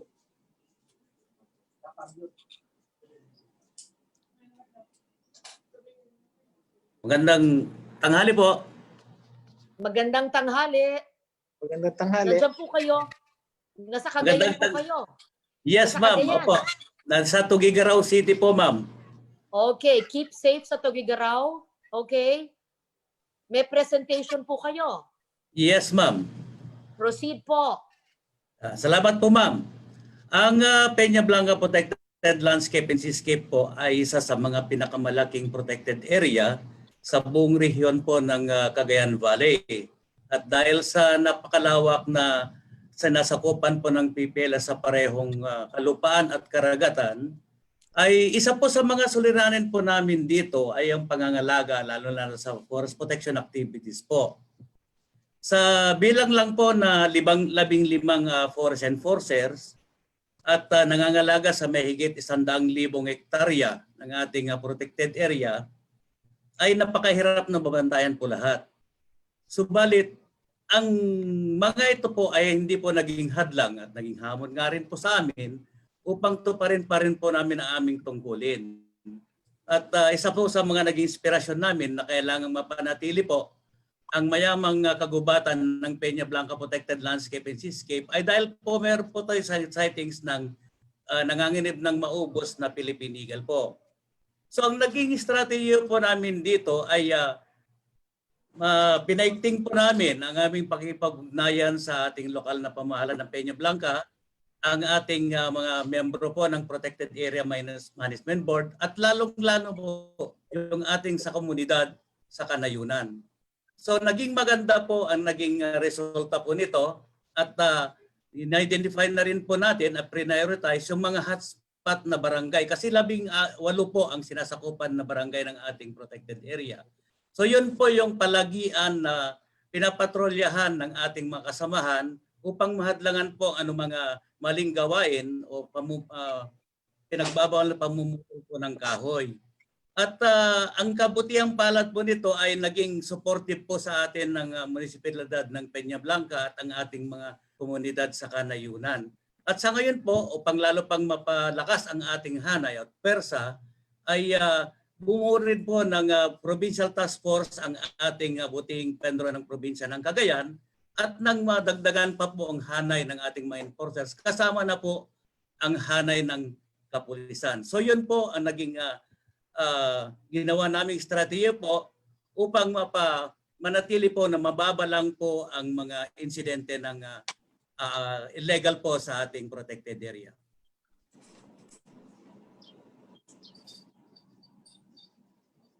Ang mga bird watching, the bird watching community, are they helping you? Ito po'y napakagandang area for bird watching as well. At ang Philippine Eagle, I understand, is also in the Peña Blanca protected landscape, right? Yes, ma'am. Nasa Mount Hamot po siya. Ano po ang kahalagahan ng ating mga bird watching conservation groups, ang ating private groups sa pagtutulong po sa pagprotekta po ng ating Peña Blanca landscape? Yun pong kanilang nasa gagawa po, ma'am, ay nakakapagbigay po rin sila ng aral sa ating komunidad at pinapataas po yung level ng awareness po ng komunidad na dapat po natin itong protektahan. Okay. Ang ating Peña Blanca protected landscape, ito ay tubig at saka bundok. Tama ba ho? Yes. Opo, ma'am. Okay. Meron ba ho silang mga attributes na unique dyan sa Norte, sa Cagayan Valley? Let's say, ang Philippine Eagle that is found in Mindanao, iba ba ang Philippine Eagle dyan sa Norte or parehong klase po? Parehong klase po sa tingin po namin, ma'am, base po sa naging sightings po namin, ay ganun din po yung nakita ko sa Davao, ma'am. Anong klase pong mga ibon ang unique po dyan at wala po sa ibang lugar Ito sa po yung Pilipinas? Ito po yung ma'am, ito po yung Isabela Oriole po. Yan lang po ay mahahanap sa Peña Blanca. Yes, ma'am, kasi magkadugtong po ito, kaya natawag na Isabela Oriole kasi magkadugtong na rin po ito kasi sa Isabela, probinsya ng Isabela, ma'am, sa Northern Sierra Madre Natural Park. Yes. O ngayon ang tanong ko po ay meron bang mga nagtatangkang mina, magputol ng punong kahoy o mag-blast fishing? Any threats to the landscape, to the protected area na hamon po ninyo, na nahihirapan po kayo? Meron din po, ma'am, na mga isa-isa na mga timber poacher kasi po sa tama nga po sabi niyo, ma'am, marami pong mga outlet po ang Peña Blanca Protected Landscape and Seascape hanggang sa karagatan po. Subalit ang kagandahan po nito, ma'am, ay yun pong mga komunidad ay napakalakas po yung kanilang suporta na ayaw po nila, lalong-lalo na po sa coastal area ng Peña Blanca po. Very good. Yes. Dati po, yun ang gustong pasukan yung tinatawag po natin mga mauuban boys. Pero they stand still. Talagang ayaw po nila, ma'am. So yung mismong mga tao ang nagpoprotekta. Gaya nung Calyaw Caves. Iba nandyan ba ho yung Calyaw Caves? Yes, ma'am. Opo, ma'am. Napaka-halaga ng kanyang mga archaeological features na inaaral ng mga scientifico, di ba ho? Yes, ma'am. Dito pa nga po nakuha yung na-excavate yung yung tinatawag po natin na Homo luzonensis. Ano po yun? Paliwanag nyo sa amin. Ibang klase po, kaya sabi nga po namin na dati kong tinatanong, hindi po ito Homo sapiens. Ibang klase pong species ng tao. Kaya tinawag pong Homo luzonensis. Maliit po siya, mga 3 talampakan lang po siya. At yun po ay na-excavate po ito ni Dr. Armand Miares sa May Calao Cave. Ito yata yung nag-lecture sa Germany. I think if I'm not mistaken, ito yung siya po ang nakadiskubre niyaan sa Callao Yes, Caves at nagbigay ng lecture sa isang universidad sa Berlin. Tama ho? Tama po ma'am, tama po kayo. Napakaganda niyan. Ase Crick, lalong napaigting ang aking paniniwala at suggestion earlier na ang ating protected area na programang ito ay dapat hindi lang sasakop ng puno at ibon at hayop, kundi na rin ang archaeology at saka kultura, lengguwahe, pagkain, ritual, practices, lahat, hindi ba ho? It's not just soil and water and forestry, but also the culture of our people and even the science. So napakaganda po ng sinabing yan at I will get back to that lecture which I read about. Sino ba ho yung nagdiskubre nga nito nung ating mga hindi Homo sapiens, what do you call it, Director? Homo sulinensis, ma'am. Yes, yes. Sulinensis. So tell us more about the importance of that. That's so interesting. That's actually one show altogether. And ano po ang kanyang kahalagahan kung ihahambing natin sa Homo sapiens? Sinasabi po dito ma'am na sila po yung mas nasinaunang tao na dumating po sa ating bansa, sa Pilipinas. Dahil ang Homo lusinensis po ay 67,000 years old, more older than Tabon man ma'am. Is this, nabanggit po ninyo si Dr. Arman Mijares, tama ba ho? Tama po. Okay. Homo luzonensis, tama ba ho? Okay. Tama po, ma'am. Magandang magkaroon tayo ng isang episode tungkol dyan kasi napakalalim ng research na ginawa niya at dyan lang sa Callao Caves ang nagpapatunay na meron ganitong klaseng, how do you say it? Nauna pa sa Homo sapiens, ang sinasabi po niyo, no? Oo. At ang kanyang presentasyon ay ginawa sa aking partnership with the DFA sa Humboldt University sa Berlin. Diba nakakatuwa ang ating collaboration? Now we're talking about the Callao Caves, which is part of the Peña Blanca protected landscape, which I authored into law 2 years ago. And then you mentioned about Homo sapiens and the Homo luzonensis. And I remember now, based on my budgets that I gave the DFA for culture and history, and my partnership with Humboldt University, the DFA got a lecturer who lectured about the Callao Caves and his science and his research. So nakakatuwa yung mga collaboration. I don't know, ako lang siguro natutuwa. I just find it so interesting that everything seems to be interconnected. And let me just put on record some very important, I will wear my glasses, okay? So the new species Homo luzonensis is described from an assemblage of fossil bones and teeth that belonged to at least 3 different individuals discovered during the excavations kung kailan lang pala, in 2007 and 2011 and 2015. And these fossils come from a sedimentary level located nearly 3 meters below the current surface of the cave floor. And 2 of these have been dated directly to 50,000 and 67,000 years by the uranium series analysis. These are the earliest known human remains in the Philippines. Tama po kayo, preceding the first Homo sapiens dated 30 to 40,000 years ago that were discovered in Palawan, southwest of the archipelago. So this shows that nauna ito by tens of thousands of years. And so it dispels the first Homo sapiens in Palawan, and actually, how do you say that it started in northern Philippines and not in Palawan? Is that correct? I'm not a scientist, but based on the science of Dr. Mijares, perhaps we can do a special interview with Dr. Mijares, who can share his presentation of the Callao Caves and the Homo luzonensis as part of a special on this, because only the Germans and the Filipinos in Europe were able to witness his presentation. But this is so essential, and it proves how important it is to protect our protected areas, biodiversity, archaeology, science, and culture. Am I boring everybody? I'm the only one excited. Yeah, maganda po yung Very ating pinag-uusapan, sapagkat sa programa po natin, hindi lamang po yung uniqueness ng mga protected area, but the archaeological significance ay nakikita po natin at naipaparating po natin sa publiko. Yes, very good. Very, very good. Which agency of government takes care of our archaeological remains or our fossils? National Museum. National Museum po.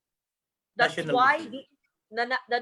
the NCCA is an important partner in this DENR-led protected area stock, because, as I said, we protect biodiversity, we protect archaeological findings, we protect culture, we protect heritage. And so it's DNR BMB, which is the lead. Climate Change Commission is helping out.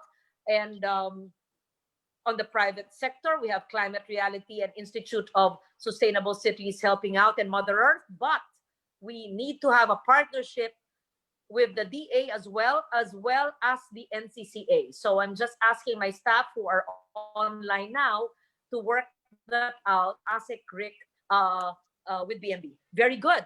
So, ASECRIC and EPAT, any more questions? Napaka-exciting ng Peña Blanca. Alam mo, nagpunta ako dyan nung bata pa ako eh. Kaibigan ko yung mayor dati. Hindi ko alam kung sino yung mayor. But long, long ago. And napakaswerte ninyo na meron kayong tubig at meron din bundok. Actually, kami sa Panay, yung Northwest Panay Peninsula, ganun din. Yung aming protected area ay yung aming kabundukan, pero yung aking marine, linelegislate ko pa. For some reason, yan ang hindi nasama, yung aking marine protected area sa Pandan, Antique at sa Aklan, ang hindi pa legislated, I think. So IPAT, that's something we need to work on, okay? Yes, ma'am. Salamat po. Yes. Our next... Pwede iwanan ng millions and millions of bats. Thank you. Ma'am, ngayon po, balikan na po natin si Mount Isarog. Medyo napabilis po tayo kanina dahil mahina ang kanilang signal. Pero ngayon po, ready na po ang Mount Isarog to present. So, very Mount good. Isarog, please. Sige po, Isarog.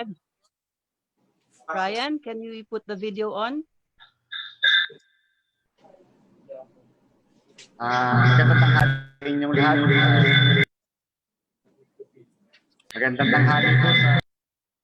We can just play the video. Kung hindi makapagsalita sa Isarog, we can just play the video para sa Vulcan de Agua.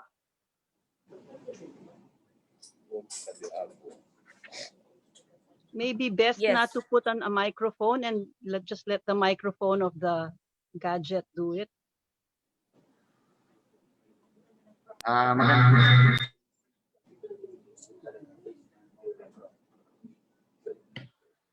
Mount Isarog, kung hindi pa po ready, we can just watch the video. Okay. Isarog Natural Park is one of the richest protected areas in Bicol region. It is identified as a center of plant and animal diversity and endemism due to the presence of various plant, reptile, and mammal species found nowhere else in the world. Known as the Vulcan de Agua, its watershed provides water to around 35 towns to Camarines Sur. Its waterfalls and springs attracts local and foreign tourists who wants to commune with nature. To protect and conserve the MINP, its management office and board, and other stakeholders are working hand in hand to ensure that the present and future generations will continue to enjoy the benefits it provides. Thank you. Thank you. Thank you. Oh. So, andyan na ba si Paso? Si Paso natin ng Mount Isarog? Okay, magandang sa inyong lahat, especially to our Deputy Speaker, Congressman Loren Legarda. Mount Isarog is actually located in Camarines Sur. It is as among the 11 protected areas in Bicol region legislated under Republic Act 11038. Aside from rich biodiversity and huge ecotourism potentials, the main product of Mount Isarog is actually water resources. It supplies abundant and clean water to about 50,000 to 100,000 households and irrigates more than 65,000 hectares of rice land and the lowlands or the Bicol River Basin. But Mount Isarog is also facing several management issues. Aside from insufficient number of personnel and funding, Mount Isarog is facing human destructive activities like illegal cutting of trees, hunting of wildlife, forest fire during summer season, illegal land cultivation, and the most pressing issue is migration. In fact, for the past 2 years, we are receiving a report and recorded some data that informal settlers is increasing in Mount Isarog. So to give solutions to the problems, we prioritize the capacity building of protected area management board members. Ito po yung paraan namin for the management board to make sound policies and render timely and appropriate management decisions. We give them trainings and updating them with the policies of the DNR. In terms of forest protection, we also have the Mount Isarog Guardians. Ito po yung mga community volunteers na nagagaling sa 23 surrounding barangays.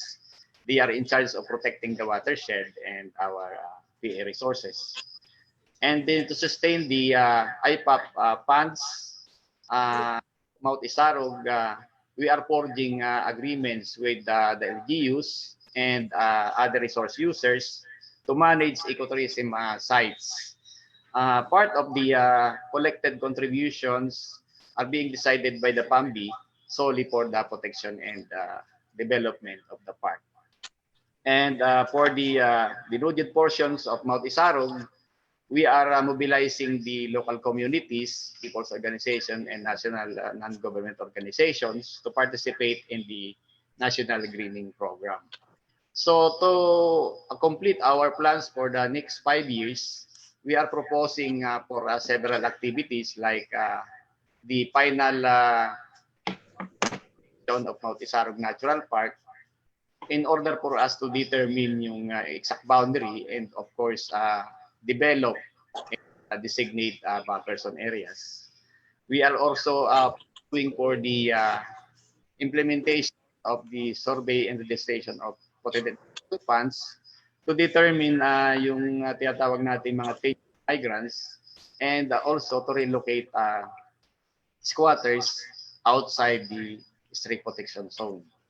And lastly, we are requesting the central office to have some funds for the construction of protected area management office and to finance our other ecotourism projects. Especially, we are also requesting that the permanent plantilla positions be approved by PBM and soon be funded for filling up. Thank you. So baka dito tayo unang magkaroon ng magandang protected area funding from payments for ecosystem services, no?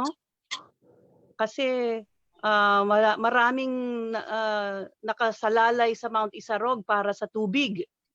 Kung kahit maliit na amount ang ilalagay natin para matiyak na safe yung kanilang source ng tubig at kukolektahin through the water supply system, baka magkakaroon kayo ng funding na ganyan, tama ba?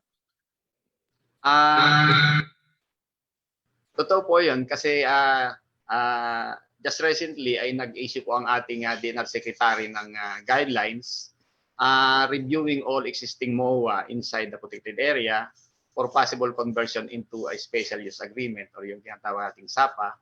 Under the guidelines, may ensure na po natin yung collection ng proper fees and contribution from our resource users, especially yung mga water districts natin and recreational facilities. Is the SAPA beneficial to the protection, or is it dangerous to lift the ban on the SAPA?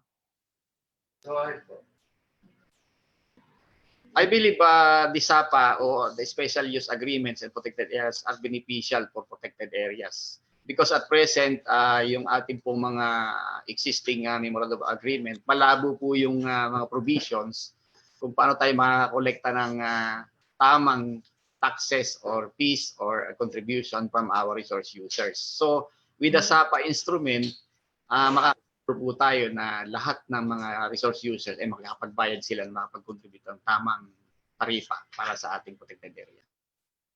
So the SAPA is just for the fees. But in terms of protection and conservation, is it better to have a SAPA or to continue the ban on SAPA? Na-lift na ba yung ban? There was a memo already lifting the SAPA, right? Lifted na po siya. Lifted na. Lifted na siya as of Nasa ENIPAS na, 2018. Okay. So there must be a reason why there was a ban on SAPA. So ano po ang nagdulot ng ban at ano ang nag-prompt na mag-lift ang SAPA? And for conservationists and environmentalists, is SAPA beneficial or dapat continue the ban on SAPA? Kasi konti lang naman ang pondo nakukuha mula sa SAPA. What do you think? Ma'am, on the point of view ng BMB, yung SAPA kasi was suspended before because yung issue ng users fee computation, no? Parang kasi very unique yung protected area para napakaliit ng babayaran mo sa management use ng protected area. To give you an example, yung isang SAPA within Tanyon Strait, they are paying around 32 million annually just for the passage of the cable within the protected area. Ang maganda po pagka may SAPA, na isasama po natin, kumbaga nababawasan yung pressure on our part para ma-manage at ma-protect yung area kasi part ho ng kanilang responsibility yon. At nakikita rin po natin, hindi naman po common nag-apply ng SAPA, tinatanggap natin. Tinitingnan po natin kung compatible ba yung kanilang SAPA application as far as the protected area is concerned. At yun pong SAPA, ina-allowed lamang po natin within a multiple use zone at dapat po complementary ito sa ating protected area. Kung ito'y landscape o seascape, hindi po ba masisira yung pagbibigay natin ng SAPA na birang special use? So yun po yung mga patuloy nating pinag-aaralan at kasama po siya sa mainstream ng pag-aaral ng Biodiversity Management Bureau. Okay. So, it can also be a yes, double-edged continue. sword. I agree that the SAPA is now a high value. Hindi na po maliit ang ibinabayad under the ENIPAS Section 25. It's comparable to equivalent to 5% of the zonal value of commercial lands within the nearest barangay or municipality. It's as if they are renting commercial properties. But at the same time, that may lead them to maximize their rental by maximizing their revenue. Dadamihan nila yung buildings in the area they're occupying. So I think we still have to be very careful about granting SAPA. It can be a double-edged sword. Talagang bago tayo mag-recommend ng approval ng isang SAPA sa ating kalihim, dumadaan siya sa pag-aaral, dumadaan sa malawak na validation para kung makikita natin kung baka makakasira siya sa ating protected area. At very crucial yung ginagawa natin ngayon ng mga carrying capacity study para makita rin natin hindi como protected area ay kaliwat kanan ang pag-issue natin ng ating SAPA. Very important consideration natin yung carrying capacity ng mga protected area natin. Okay. Question, Asik, of the 107 protected areas, how many have valid existing operational SAPAs? Sa ngayon po, dahil 2018 pa lamang po natin na-lift, ilan pa lamang po yung may mga SAPA. I can name a few, yun pong Tanyon Strait. Meron po yung mga hydro power project na kinukonsider po natin kasi nakakatulong po ito. Yes. So hindi naman pala lahat ng 107 ay may sapa? Hindi naman. Hindi po lahat. Hindi po lahat. Okay. Ilan pa lamang po sila, ilan pa lamang. Okay. Ilang taon niya nakaban? Matagal po siya, nalip lamang po siya noong 2018 but it was banned since 2015 if I recall it right. Okay. Siguro you can just kindly submit to us ano yung existing sapas Apo. and ano po yung challenges na na-lift yung sapa in the area at ano naman ang benepisyo so that we can assess, right? Oo. Apo. Gagawin And po then natin. perhaps the third ay ano ba yung proseso para magkaroon ng sapa kasi prone to abuse ito. Sa tama si Ipat, double edge, may income, okay, pero mas mahalaga yung protection at conservation kaysa sa income na pwede manggaling naman sa gobyerno. So pag hindi magaling ang magpapatupad ng sapa, delikado. Apo. Oo.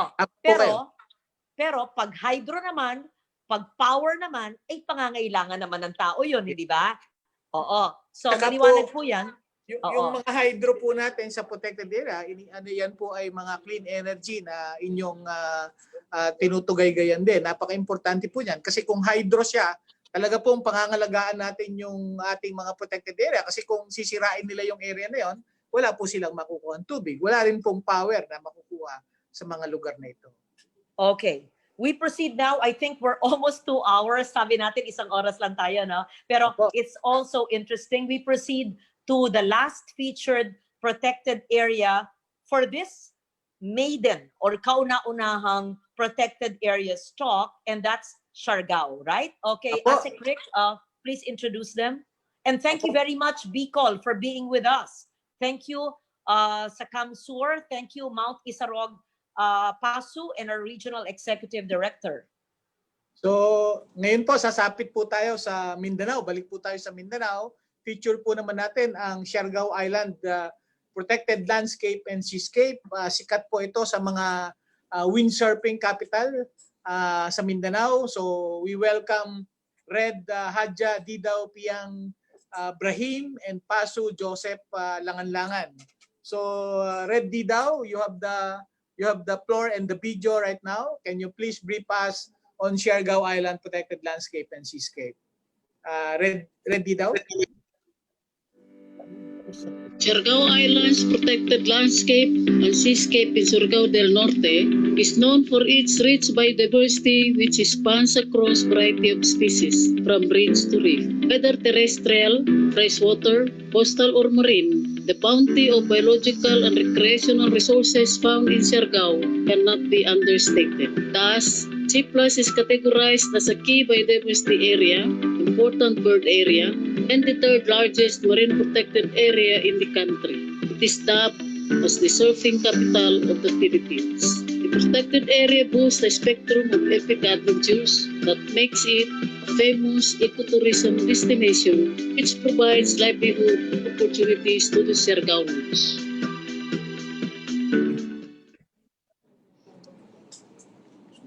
Very good. Siargao. Yes. How are we able to balance the protection and conservation of a protected area and massive tourists coming in? We can't call it ecotourism, to be honest. That's really dagsa ng turista, foreign and domestic. And we welcome that because it brings about livelihood, hindi ba? Pero paano natin gagawin sustainable livelihood sa Siargao at the same time protecting our protected area? So may we have our Regional Executive Director and our Pasu. Ang ating rest po, our red is Felix Alicer. Is that correct? Hindi na po. Nalipat po siya sa Region 12. Ngayon po ay si Red Didao Piang Brahim ang nandun po sa atin. Sa Okay, Red. Sorry for that. Mali ang binigay sa akin ng aking staff. Hindi sila updated. Okay, next time give me the correct names, please. Bagong reshuffle lang po kasi. Okay, please introduce our Executive Director of the region and our PASU, Asik Rick, please. Of course, welcome Red Hadja Didaw Piang Ibrahim. Ibrahim from Caraga and Paso Joseph Langan-Langan. Please. Good morning po, ma'am. Deputy Speaker Legarda. Good morning. It's an Good morning. Nasaan po kayo naka-base? Saan po kayo? Sa Butuan City po right now, ma'am. Sa Butuan. Naku, napakaganda dyan ng inyong protected area. Isa sa mga pinakasikat na protected areas, hindi ba?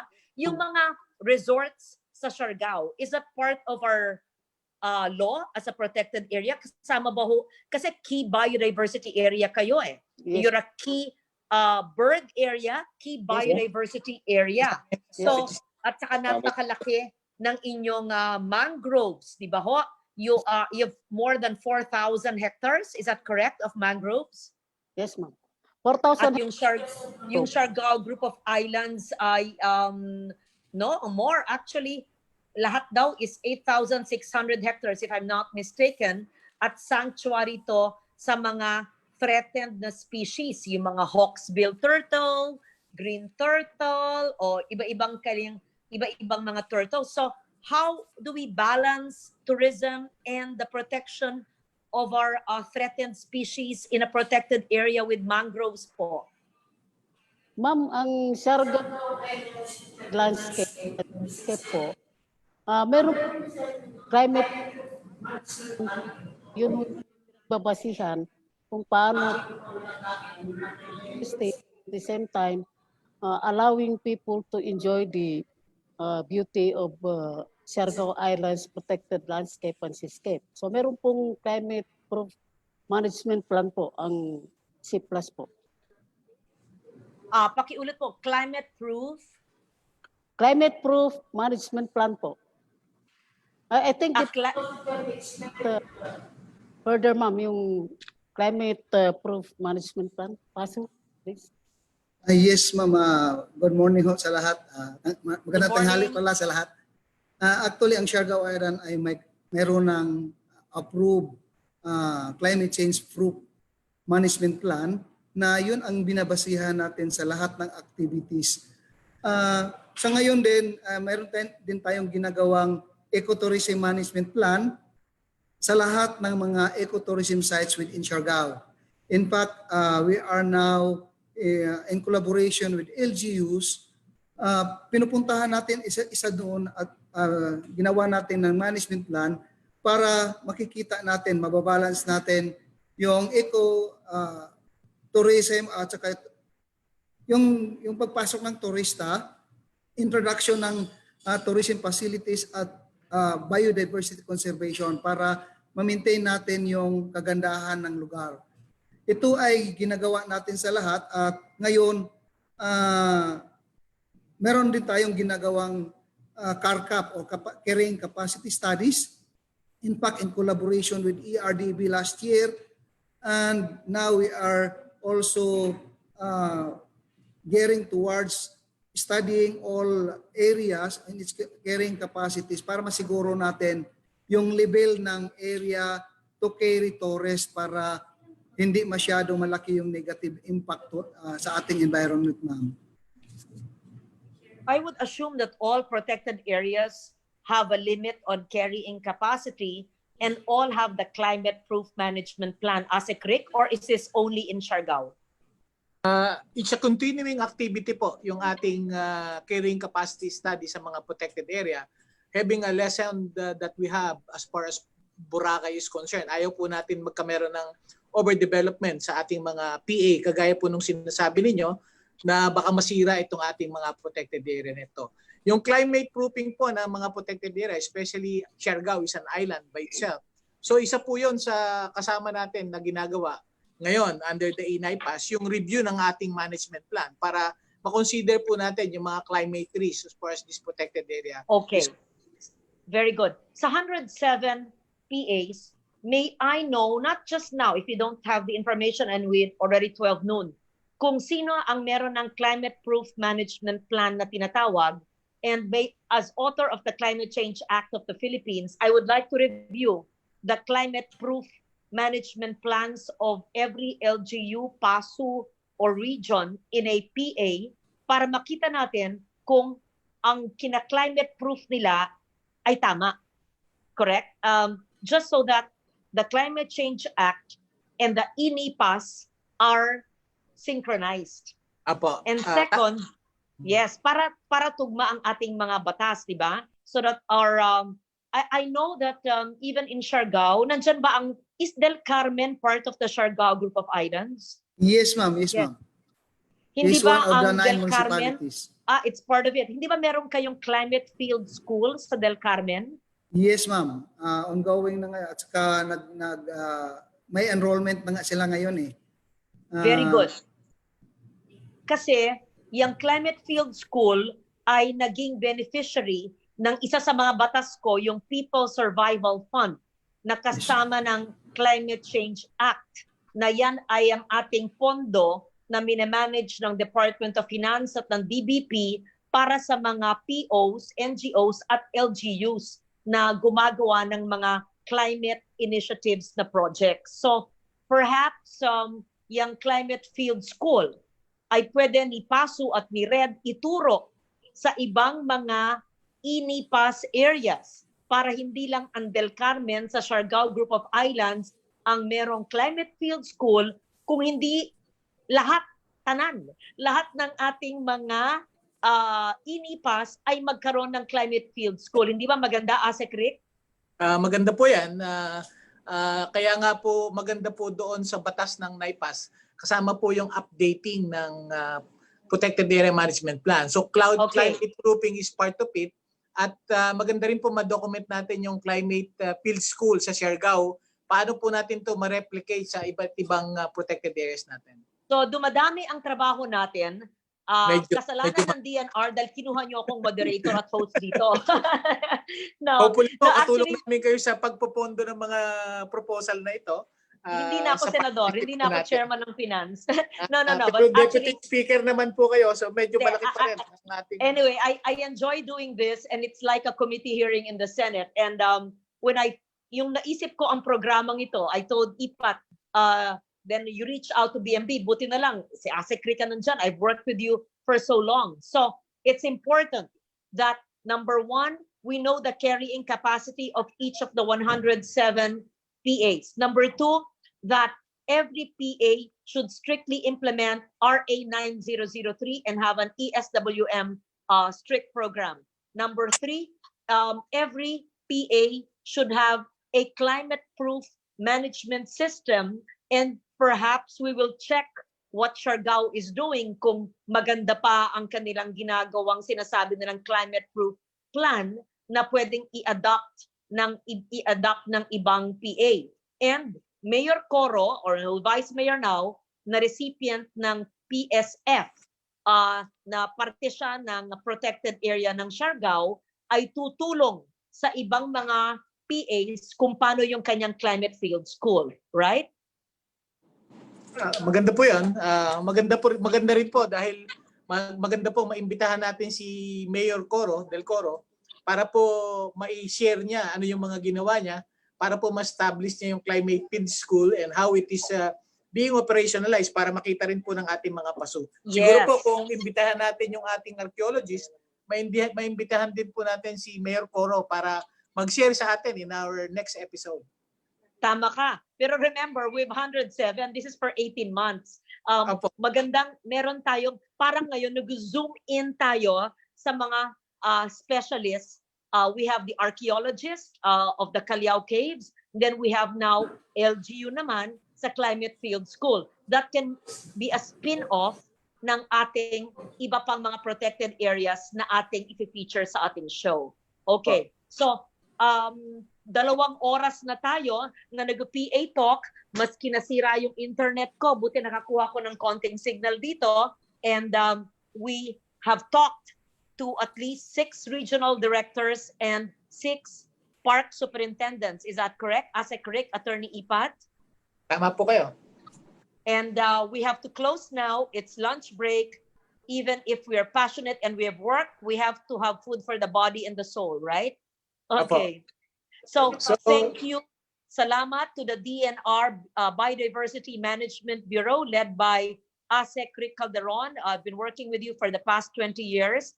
Thank you very much. Our partners here are the Climate Change Commission, and soon to be partner is the National Commission on Culture and Arts. I'm sure they will not say no to us. And all our regional directors of the DNR and Secretary Simatu, I'm sure you're watching us. If he's busy now, you make sure he watches us. Thank you to my Kasimanwa. His wife is from Antique. And hindi ko po nabasa lahat ng ating comments, but I'll remind my staff in the next show, I will read all the comments now, but they're all favorable. And thank you as well to my whole team who've been helping us with this. But importante, let us protect and conserve what gives us life, right? So let us protect and conserve our protected areas, 107 of them, and those which are not yet legislated, but needs to be protected as well. Oh, wait, we have former Chancellor Rex Cruz. I thought, yes, may we ask him to speak, please? He's been with us. I'm sorry because I didn't have my notes here. Do we have former Chancellor Rex Cruz with us, please? Yes. Buti, I'm sorry about that. Maraming salamat, Deputy Speaker Loren Legarda. Yes. I'm sorry because kagaya mo, mahina din ang aking connection, unstable, kaya I cannot show my face. So, but nevertheless, I hope my voice is audible enough to be understood. Yes, very clear ang voice nyo, and we can see your handsome picture. So you can do your online presentation, Dr. Cruz. Okay, so let me, please allow me 5 minutes to complete this short presentation. First of all, I'd like to congratulate your office and, of course, BMB and Climate Change Commission for organizing this webinar. I think our series is very useful, and it's going to, put into more prominence our protected area that is so vital to our environment. And let me now focus my discussion on climate change and biodiversity because that was what was requested of me. So, palagay ko hindi ko nakaulit-ulitin ito din sa inyo, no? Because for many times since 90s, ito na yung mga sinasabi ng IPCC, and it's still, these are the impacts or consequences of climate change related to biodiversity. It includes species migration, pest and disease outbreaks, deforestation and forest degradation, habitat degradation, species loss and extinction, and then yung disruption ng flowering and fruiting behaviors of different plant and tree species. So ito yung ilan lamang. Of course, may mga nabanggit pa doon sa summary ng mga impacts of climate change that were observed in different protected areas that include yung impacts ng mga natural geohazards, landslides, floods, and all those, in addition to the impacts of increasing temperature and increasing variability of rainfall. But let me now the science of biodiversity loss, and this is just a way, of me depicting the context of climate change in relation to biodiversity, in relation to the landscape of human drivers, no? And pag titingnan natin, and again, alam na natin ito, no? Ang loss of biodiversity is due to habitat degradation, illegal trade, introduction of exotics, pollution, mamaya pa yung land use change, nasa bandang huli. Yeah, yung habitat degradation and loss is due to deforestation and forest degradation, which is due to land conversion and agriculture expansion. Of course, mamaya meron pang isang mahalagang factor yan. And then the agriculture expansion is of course, is a factor of population growth and policy and governance. And then land conversion is a function of urbanization, urban expansion, and population growth. And urban expansion is a function of increased economic activities and, of course, coming out of population growth and governance. And population growth also drives pollution, land conversion, and poverty. Let's not forget about that. They contribute to illegal trade of wildlife, poaching that was mentioned a while ago by several speakers, and then, of course, uh, population growth again, driving poverty and economic activities. And then lastly, unsustainable use of forest, which is a factor of poverty, population growth, policy, and governance. The reason why I'm showing you this is because climate change, is at the center of these problems, modulating the different adverse series of impacts, coming out of the different drivers. So in-aggravate niya yung what is actually happening, and that is what is problematic naman talaga with climate change. It brings us not new problems, but it actually aggravates many of the existing problems that we already have. And kung titingnan naman natin yung loss of biodiversity, ito alam na rin natin ito, loss of genetic resources, disruption of food chain, pests and diseases, public health risks, soil and fertility loss, water quality degradation, impaired hydrology, land productivity loss, loss of livelihoods, poverty and income loss. But these consequences of biodiversity are again modulated by climate change. So hindi lang yung process of losing biodiversity, but also the consequences of the loss of biodiversity are being modulated by climate change, and that, in other words, compounds the problem that we are actually handling. So what coming from the science perspective, there are two things that I just want to highlight, and I'm so glad that a lot of these have been substantiated already by the different presentations ng ating mga protected areas. One is promote science-based management of forests and science-informed policies and programs. And I think again, we are doing this already. We're moving a lot, towards making everything, management decisions and policy decisions, science-based. And yung mga cameras, those are really remarkable progress that we have now in protected area management, because they can actually help us make better decisions, And the next that I'd like to highlight is really, establishing network of learning ecosystems and watersheds in strategic locations. These are going to serve as the focal venues for research and capability building programs. And again, what better network, can we have than the networks of protected areas that we have? I started this building these networks through projects funded by DOST, and the object is really install or set in place long-term monitoring and research on impacts of climate change and human activities on interconnected ecosystems in 18 watersheds in the country. So yun yung simula namin, and these are what we did. I'm not going to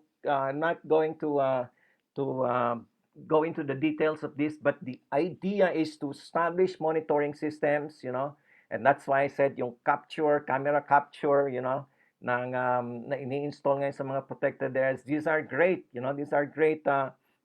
sources of information, but we can do more comprehensive monitoring of protected areas, including socioeconomic and cultural, that was mentioned by a deputy speaker, to be able to allow us, to generate long-term time series database that will help us understand actually how protected areas, how biodiversity, how ecosystems are actually changing through time because of the influence of climate change and because of the influence of human activities. And these are just some of the decision support systems that can be set in place, so that in relation to this information that we get from our ecosystem monitoring, that includes yung public health risk management. And I'd like to point that out because GEF has prominently identified the need to understand better the interactions of the human and natural systems.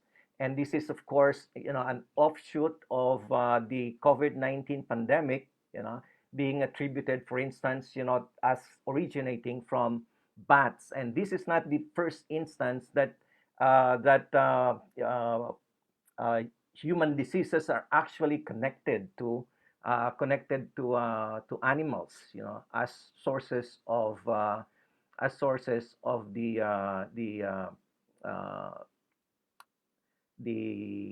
how they call that sources of virus, okay, that causes human diseases. And that can be part of the monitoring, monitoring what are the existing microorganisms. And again, that increases, and I think we have to expand the concept of protected areas, to also monitor what is happening to the micro, the organisms at the micro level, because they are significant part also of our concerns in protected area. And that is where, will fall yung public health risk related management and information that we need to be better able to do this health risk management. So basically, ito yung ginawa namin. This is my last slides. This is just an example. This is in Romblon, in one of the areas that is part of the network, where we installed different kinds of monitoring systems, from monitoring of plants and animals and wildlife to monitoring of water, monitoring of soil, monitoring of human activities, monitoring of agroforestry practices, and so on. The idea really is, try to get as much information as we have that we can relate to the behavior of the ecosystems, to the behavior of biodiversity, and then, hopefully we can make better management decisions, more precise, management. We are moving already towards this, and I think this is something that we really have to invest on, so that we can have a better basis, for making our policies and making our management interventions in protected areas and in other areas outside our NIPAS sites. So I think yun lang yung gusto kong i-share, putting into context that climate change impacts on biodiversity and on protected areas in general, is a complex phenomenon, that interacts with the impacts and with the impacts of human related drivers, and that really makes it very complicated. That also gives us more reasons to study some more, what actually is going on between the interactions of human and natural systems. So yun lang po, Deputy Speaker, what I can share for this morning. But I'm glad I'm here. I'm glad I heard what is going on already with our protected areas, and Dr. Cruz, we can just thank you for your presentation. I'd just like to ask the PASUs if they looked at the second and third columns of your slide on the decision support system, because I think one of their concerns is you might have spent so much in Romblon that they might not have the budget to do what you did. Could you share with us the funding source, or whether that cost is sustainable for the PASUs to build into their budgets or to secure from public support? Yeah, we can do that. Actually, as IPAT, we already IUSEC pala. Sorry. We had we have started this already with selected priority watersheds for FMB naman ito. And they invested some amount to start with 18 areas. So they have the numbers, they have the figures. We can we can, yeah, I can ask them to share that with you because that is the most recent postings, that we have for these types of monitoring. And yeah, and it can be done. I mean, para lang hindi masyadong ma-burden din ng ang PASO, this might be an activity that can be jointly done by MBN. by Centro and PASO. Yeah, yeah. Oo, kasi it also, it also needs a lot of human resource input. So, yeah. Thank you, Dr. Cruz. Asek Rick, I think we've exceeded by twice the amount of time we were hoping to do this by. But there are lots of comments on roads going through protected areas, mining. Siguro po, let's address them as we go along. There's 17 more episodes that we're going to do. There's also dams, whether they are actually clean energy when it comes to protected areas. So may mga tanong po tungkol doon. But I think we have run out of time, and I think we need to close, and hopefully we have more time and more efficient time management by the time we have our second episode. Asik Rick? Thank you, Tony Ipat, for this wonderful hosting. Papasalamat kami kay Deputy Speaker Loren Legarda for co-hosting with us, and of course kay Dr. Rex Cruz, yung telemetry and other monitoring activities in the watershed. Actually, these are initial component. This watershed forest reserve are initial component of ENIPAS, and I think the discussion was started when I was then the Bureau Director, and na-continue ito until now. We'll be coordinating with our counterpart in the Forest Management Bureau para makita natin yung input nito as far as the PA management is concerned. And we're hoping that everyone watching and listening will have a new appreciation of our protected areas and the hard work of the people in the front lines, yung ating mga REDS, ang ating mga PASU, ating mga SENRO, PENRO. And at the same time, nakikita natin gaano ka-importante yung inclusive management ng ating mga protected area, especially so na-consider na natin yung indigenous culture, indigenous knowledge, and archaeological significance of this protected area, not just the significant flora and fauna and biodiversity as far as this protected area is concerned. Sa ating mga initial listeners sa Facebook Live, see you this coming month for the next episode. Mahaba pa po ito. Hopefully, meron tayong initial viewers na more than 500, and hopefully we could increase as we go along. Sa inyo pong lahat, maraming salamat at see you next July for the next episode. Thank you. Tony Ipat? Thank you, Asik Rick. Next time again. DSL, thank you very much for this opportunity, and thank you again for all the collaborations that you are helping make happen. Thank you. See you all next episode. Thank you. Thank you. Thank you.